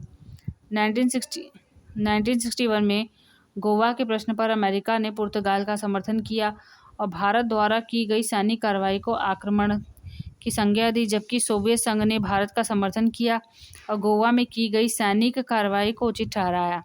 भारत चीन युद्ध 1962 के समय यहाँ पश्चिम शक्तियों ने भारत का समर्थन किया और उसे पर्याप्त सैनिक सहायता दी। वहीं सोवियत संघ ने भी चीन का पक्ष नहीं लिया।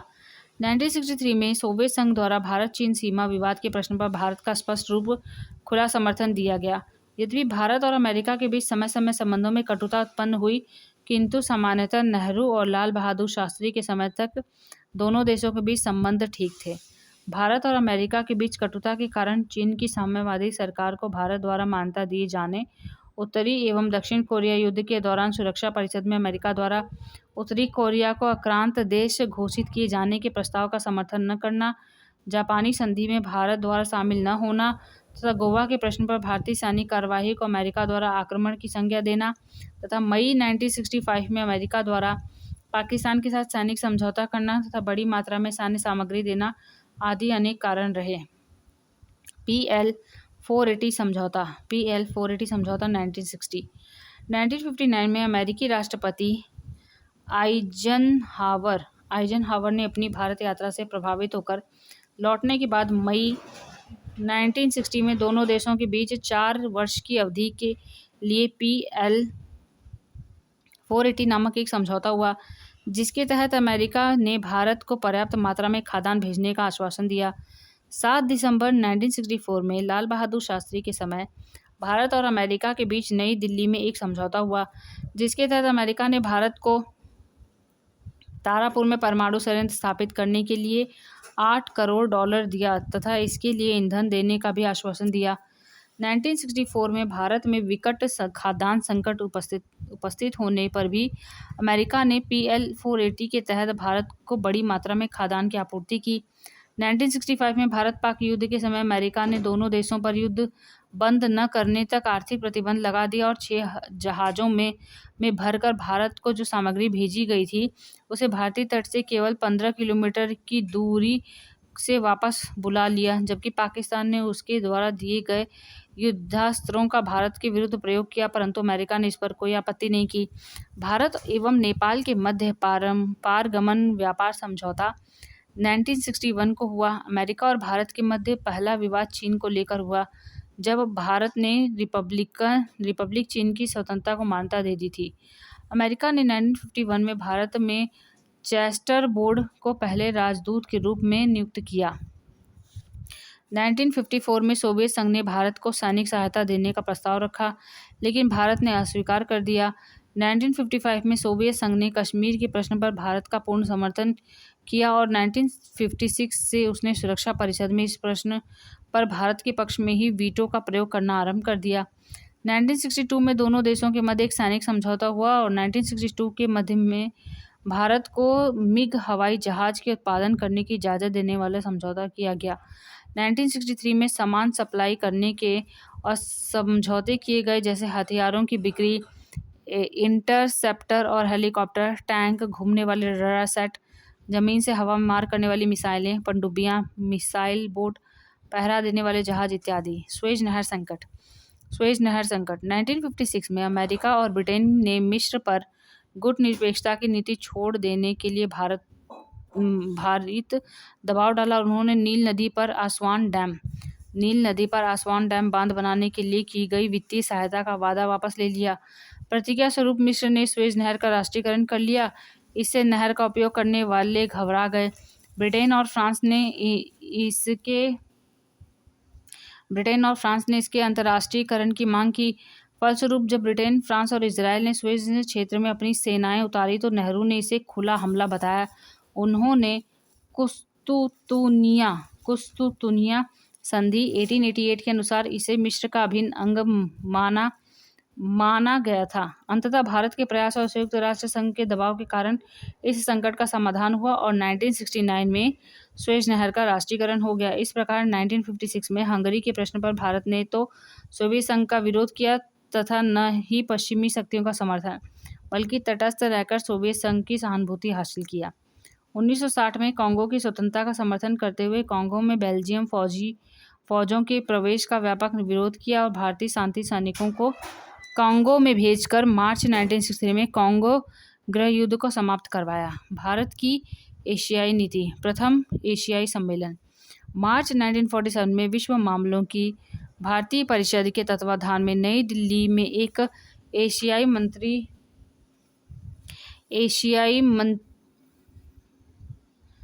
मंत्री व सहयोग को प्रोत्साहित कर एशिया जनता की प्रगति व हितों में वृद्धि करना था। तो प्रथम एशियाई सम्मेलन हुआ था मार्च 1947 में। विश्व मामलों की भारतीय परिषद के तत्वाधान में नई दिल्ली में एक एशियाई मैत्रीपूर्ण सम्मेलन आयोजित किया गया, जिसका उद्देश्य एशियाई राष्ट्रों के बीच मैत्री व सहयोग के प्रोत्साहन करना था और एशियाई जनता की प्रगति और हितों में वृद्धि करना था। द्वितीय एशियाई सम्मेलन जनवरी 1949 में नई दिल्ली में इंडोनेशिया के प्रश्न पर विचार करने के लिए 19 देशों के प्रतिनिधियों का एक सम्मेलन हुआ। इसमें इंडोनेशिया पर डच अधिग्रहण की निंदा की गई और डच पुलिस और सैनिकों के इंडोनेशिया से अविलंब चले जाने तथा 1 जनवरी 1950 तक इंडोनेशिया को स्वतंत्र किए जाने की मांग की गई। बोगुई सम्मेलन मई 1950 एशियाई राष्ट्रों के मध्य सांस्कृतिक एवं आर्थिक सहयोग बढ़ाने के उद्देश्य से फिलीपींस के बोगोई शहर में एशियाई देशों का एक सम्मेलन हुआ था। बोगोर सम्मेलन अप्रैल 1952 में कोलंबो शक्तियों और भारत, पाकिस्तान, श्रीलंका, बर्मा, इंडोनेशिया के प्रधानमंत्रियों ने चीन की समस्या पर विचार विमर्श करने के लिए पारस्परिक वार्ताएं की। ये प्रधानमंत्री पुनः दिसंबर 1954 में बैगोर में एकत्रित हुए और उन्होंने एशिया तथा अफ्रीका के राष्ट्रों का एक बृहद सम्मेलन इंडोनेशिया के बांडुंग शहर में बुलाने का निश्चय किया, जो बाद में बांडुंग सम्मेलन के नाम से प्रसिद्ध हुआ। बांडुंग सम्मेलन 1955 बांडुंग सम्मेलन अप्रैल 1955 में इंडोनेशिया के बांडुंग शहर में इफ्रो एशियाई देशों का एक सम्मेलन आयोजित किया गया। इसमें 29 देशों के 340 एशियाई और अफ्रीकी प्रतिनिधि एकत्रित हुए। इस सम्मेलन का आयोजन भारत, बर्मा, इंडोनेशिया ने सम्मिलित रूप से किया था। इस सम्मेलन में पंचशील के सिद्धांत पर जोर दिया गया तथा एशिया एवं अफ्रीकी देशों से विशेष संबंध रखने वाले आर्थिक, सामाजिक और सांस्कृतिक समस्याओं पर विचार विमर्श किया गया तथा इन देशों द्वारा विश्व शांति और अंतर्राष्ट्रीय सहयोग के लिए किए जा सकने वाले कार्यों पर विचार विमर्श किया तथा निर्जातीय भेदभाव व पृथकत्व समाप्त करने पर जोर दिया गया। इस सम्मेलन को तीसरी शक्ति थर्ड फोर्स के अभ्युदय का प्रतीक कहा गया। गुटनिरपेक्ष 1961 गुटनिरपेक्ष 1961 ईस्वी। द्वितीय विश्व युद्ध के बाद अंतर्राष्ट्रीय राजनीति के स्वरूप में परिवर्तन लाने वाले तत्वों में गुटनिरपेक्षता का विशेष महत्व है। इसका उद्देश्य नवोदित राष्ट्रों की स्वाधीनता की रक्षा करना और युद्ध की संभावनाओं को रोकना था। 20 सितंबर 1961 को भारत के प्रधानमंत्री पंडित जवाहरलाल नेहरू, मिस्र के राष्ट्रपति कर्नल नासिर तथा यूगोस्लाविया के राष्ट्रपति मार्शल टीटो के सहयोग से विश्व की तीसरी शक्ति के रूप में यूगोस्लाविया की राजधानी गुटनिरपेक्ष आंदोलन का गठन किया गया। प्रथम शिखर सम्मेलन 1961 सितंबर 1961 में बेलग्रेड में गुटनिरपेक्ष देशों का प्रथम शिखर सम्मेलन आयोजित किया गया। राष्ट्रपति टीटो के सुझाव से इस सम्मेलन में 20 देशों को आमंत्रित किया गया, जिसमें 25 देशों ने अपने प्रतिनिधि भेजकर 3 देशों ने अपने पर्यवेक्षक भेजकर इस सम्मेलन में भाग लिया। बेलग्रेड शिखर सम्मेलन में यह प्रावधान किया गया कि प्रत्येक 3 वर्ष बाद इसका शिखर सम्मेलन आयोजित किया जाएगा। इस सम्मेलन का मुख्य उद्देश्य गुटनिरपेक्षता के क्षेत्र को विस्तृत करना और इसके माध्यम से अंतर्राष्ट्रीय तनाव को कम करना तथा पहली बार गुटनिरपेक्ष मंच से आर्थिक सहयोग की बात कही गई। गुटनिरपेक्ष गुट में शामिल देशों के लिए कुछ मानक मापदंड निर्धारित किए गए। पहला, वह देश जो गुटनिरपेक्षता और शांतिपूर्ण सह-अस्तित्व के आधार पर स्वतंत्र विदेश नीति का अनुसरण करता हो। दूसरा, वह देश जो उपनिवेशवाद से स्वतंत्रता प्राप्ति के लिए चल रहे आंदोलन का समर्थन करता हो। तीसरा, जो शीत युद्ध से संबंधित किसी गुट का सदस्य न हो। चौथा, जिस देश की सोवियत संघ व अमेरिका में किसी भी महाशक्ति के साथ कोई द्विपक्षीय सैनिक संधि न हो। उस देश की धरती पर कोई विदेशी सैनिक अड्डा न हो। द्वितीय शिखर सम्मेलन काहिरा में हुआ था 1964 में। गुटनिरपेक्ष राष्ट्रों के द्वितीय शिखर सम्मेलन 5 अक्टूबर 1964 को 5 अक्टूबर 1964 के मध्य काहिरा में आयोजित किया गया, जिसमें 46 देशों के प्रतिनिधि एवं 10 पर्यवेक्षक देशों ने भाग लिया। इस सम्मेलन का मुख्य उद्देश्य गुटनिरपेक्षों के क्षेत्र को विस्तृत करना और इसके माध्यम से अंतर्राष्ट्रीय तनाव कम करना था। इस सम्मेलन में राष्ट्रों के बीच आपसी मतभेद काफ़ी उग्रता से उभरे और कई बार ऐसा लगा कि सम्मेलन विफल हो जाएगा। राष्ट्रों के अंतर्राष्ट्रीय विवाद को हल करने के लिए शांतिपूर्ण वार्ता का ही मार्ग ही अपनाना चाहिए। सम्मेलन में पूर्ण निशस्त्रीकरण पर बल दिया गया और मांग की गई कि परमाणु परीक्षणों पर रोक लगाई जाए। वास्तव में यह सम्मेलन शांति को सुदृढ़ करने, उपनिवेशवाद को समाप्त करने और सह-अस्तित्व की भावना का विकास करने के लिए महत्वपूर्ण माना जाता है। तीसरा शिखर सम्मेलन 1970 गुटनिरपेक्ष राष्ट्रों का तीसरा शिखर सम्मेलन जाम्बिया की राजधानी लुसाका में सितंबर 1970 में हुआ। इस सम्मेलन में 63 देशों ने भाग लिया। तो कब हो रहा है उसे लेना देना नहीं, करंट में अभी गुटनिरपेक्ष सम्मेलन कहाँ पे हो रहा है उसको पढ़ लेना है।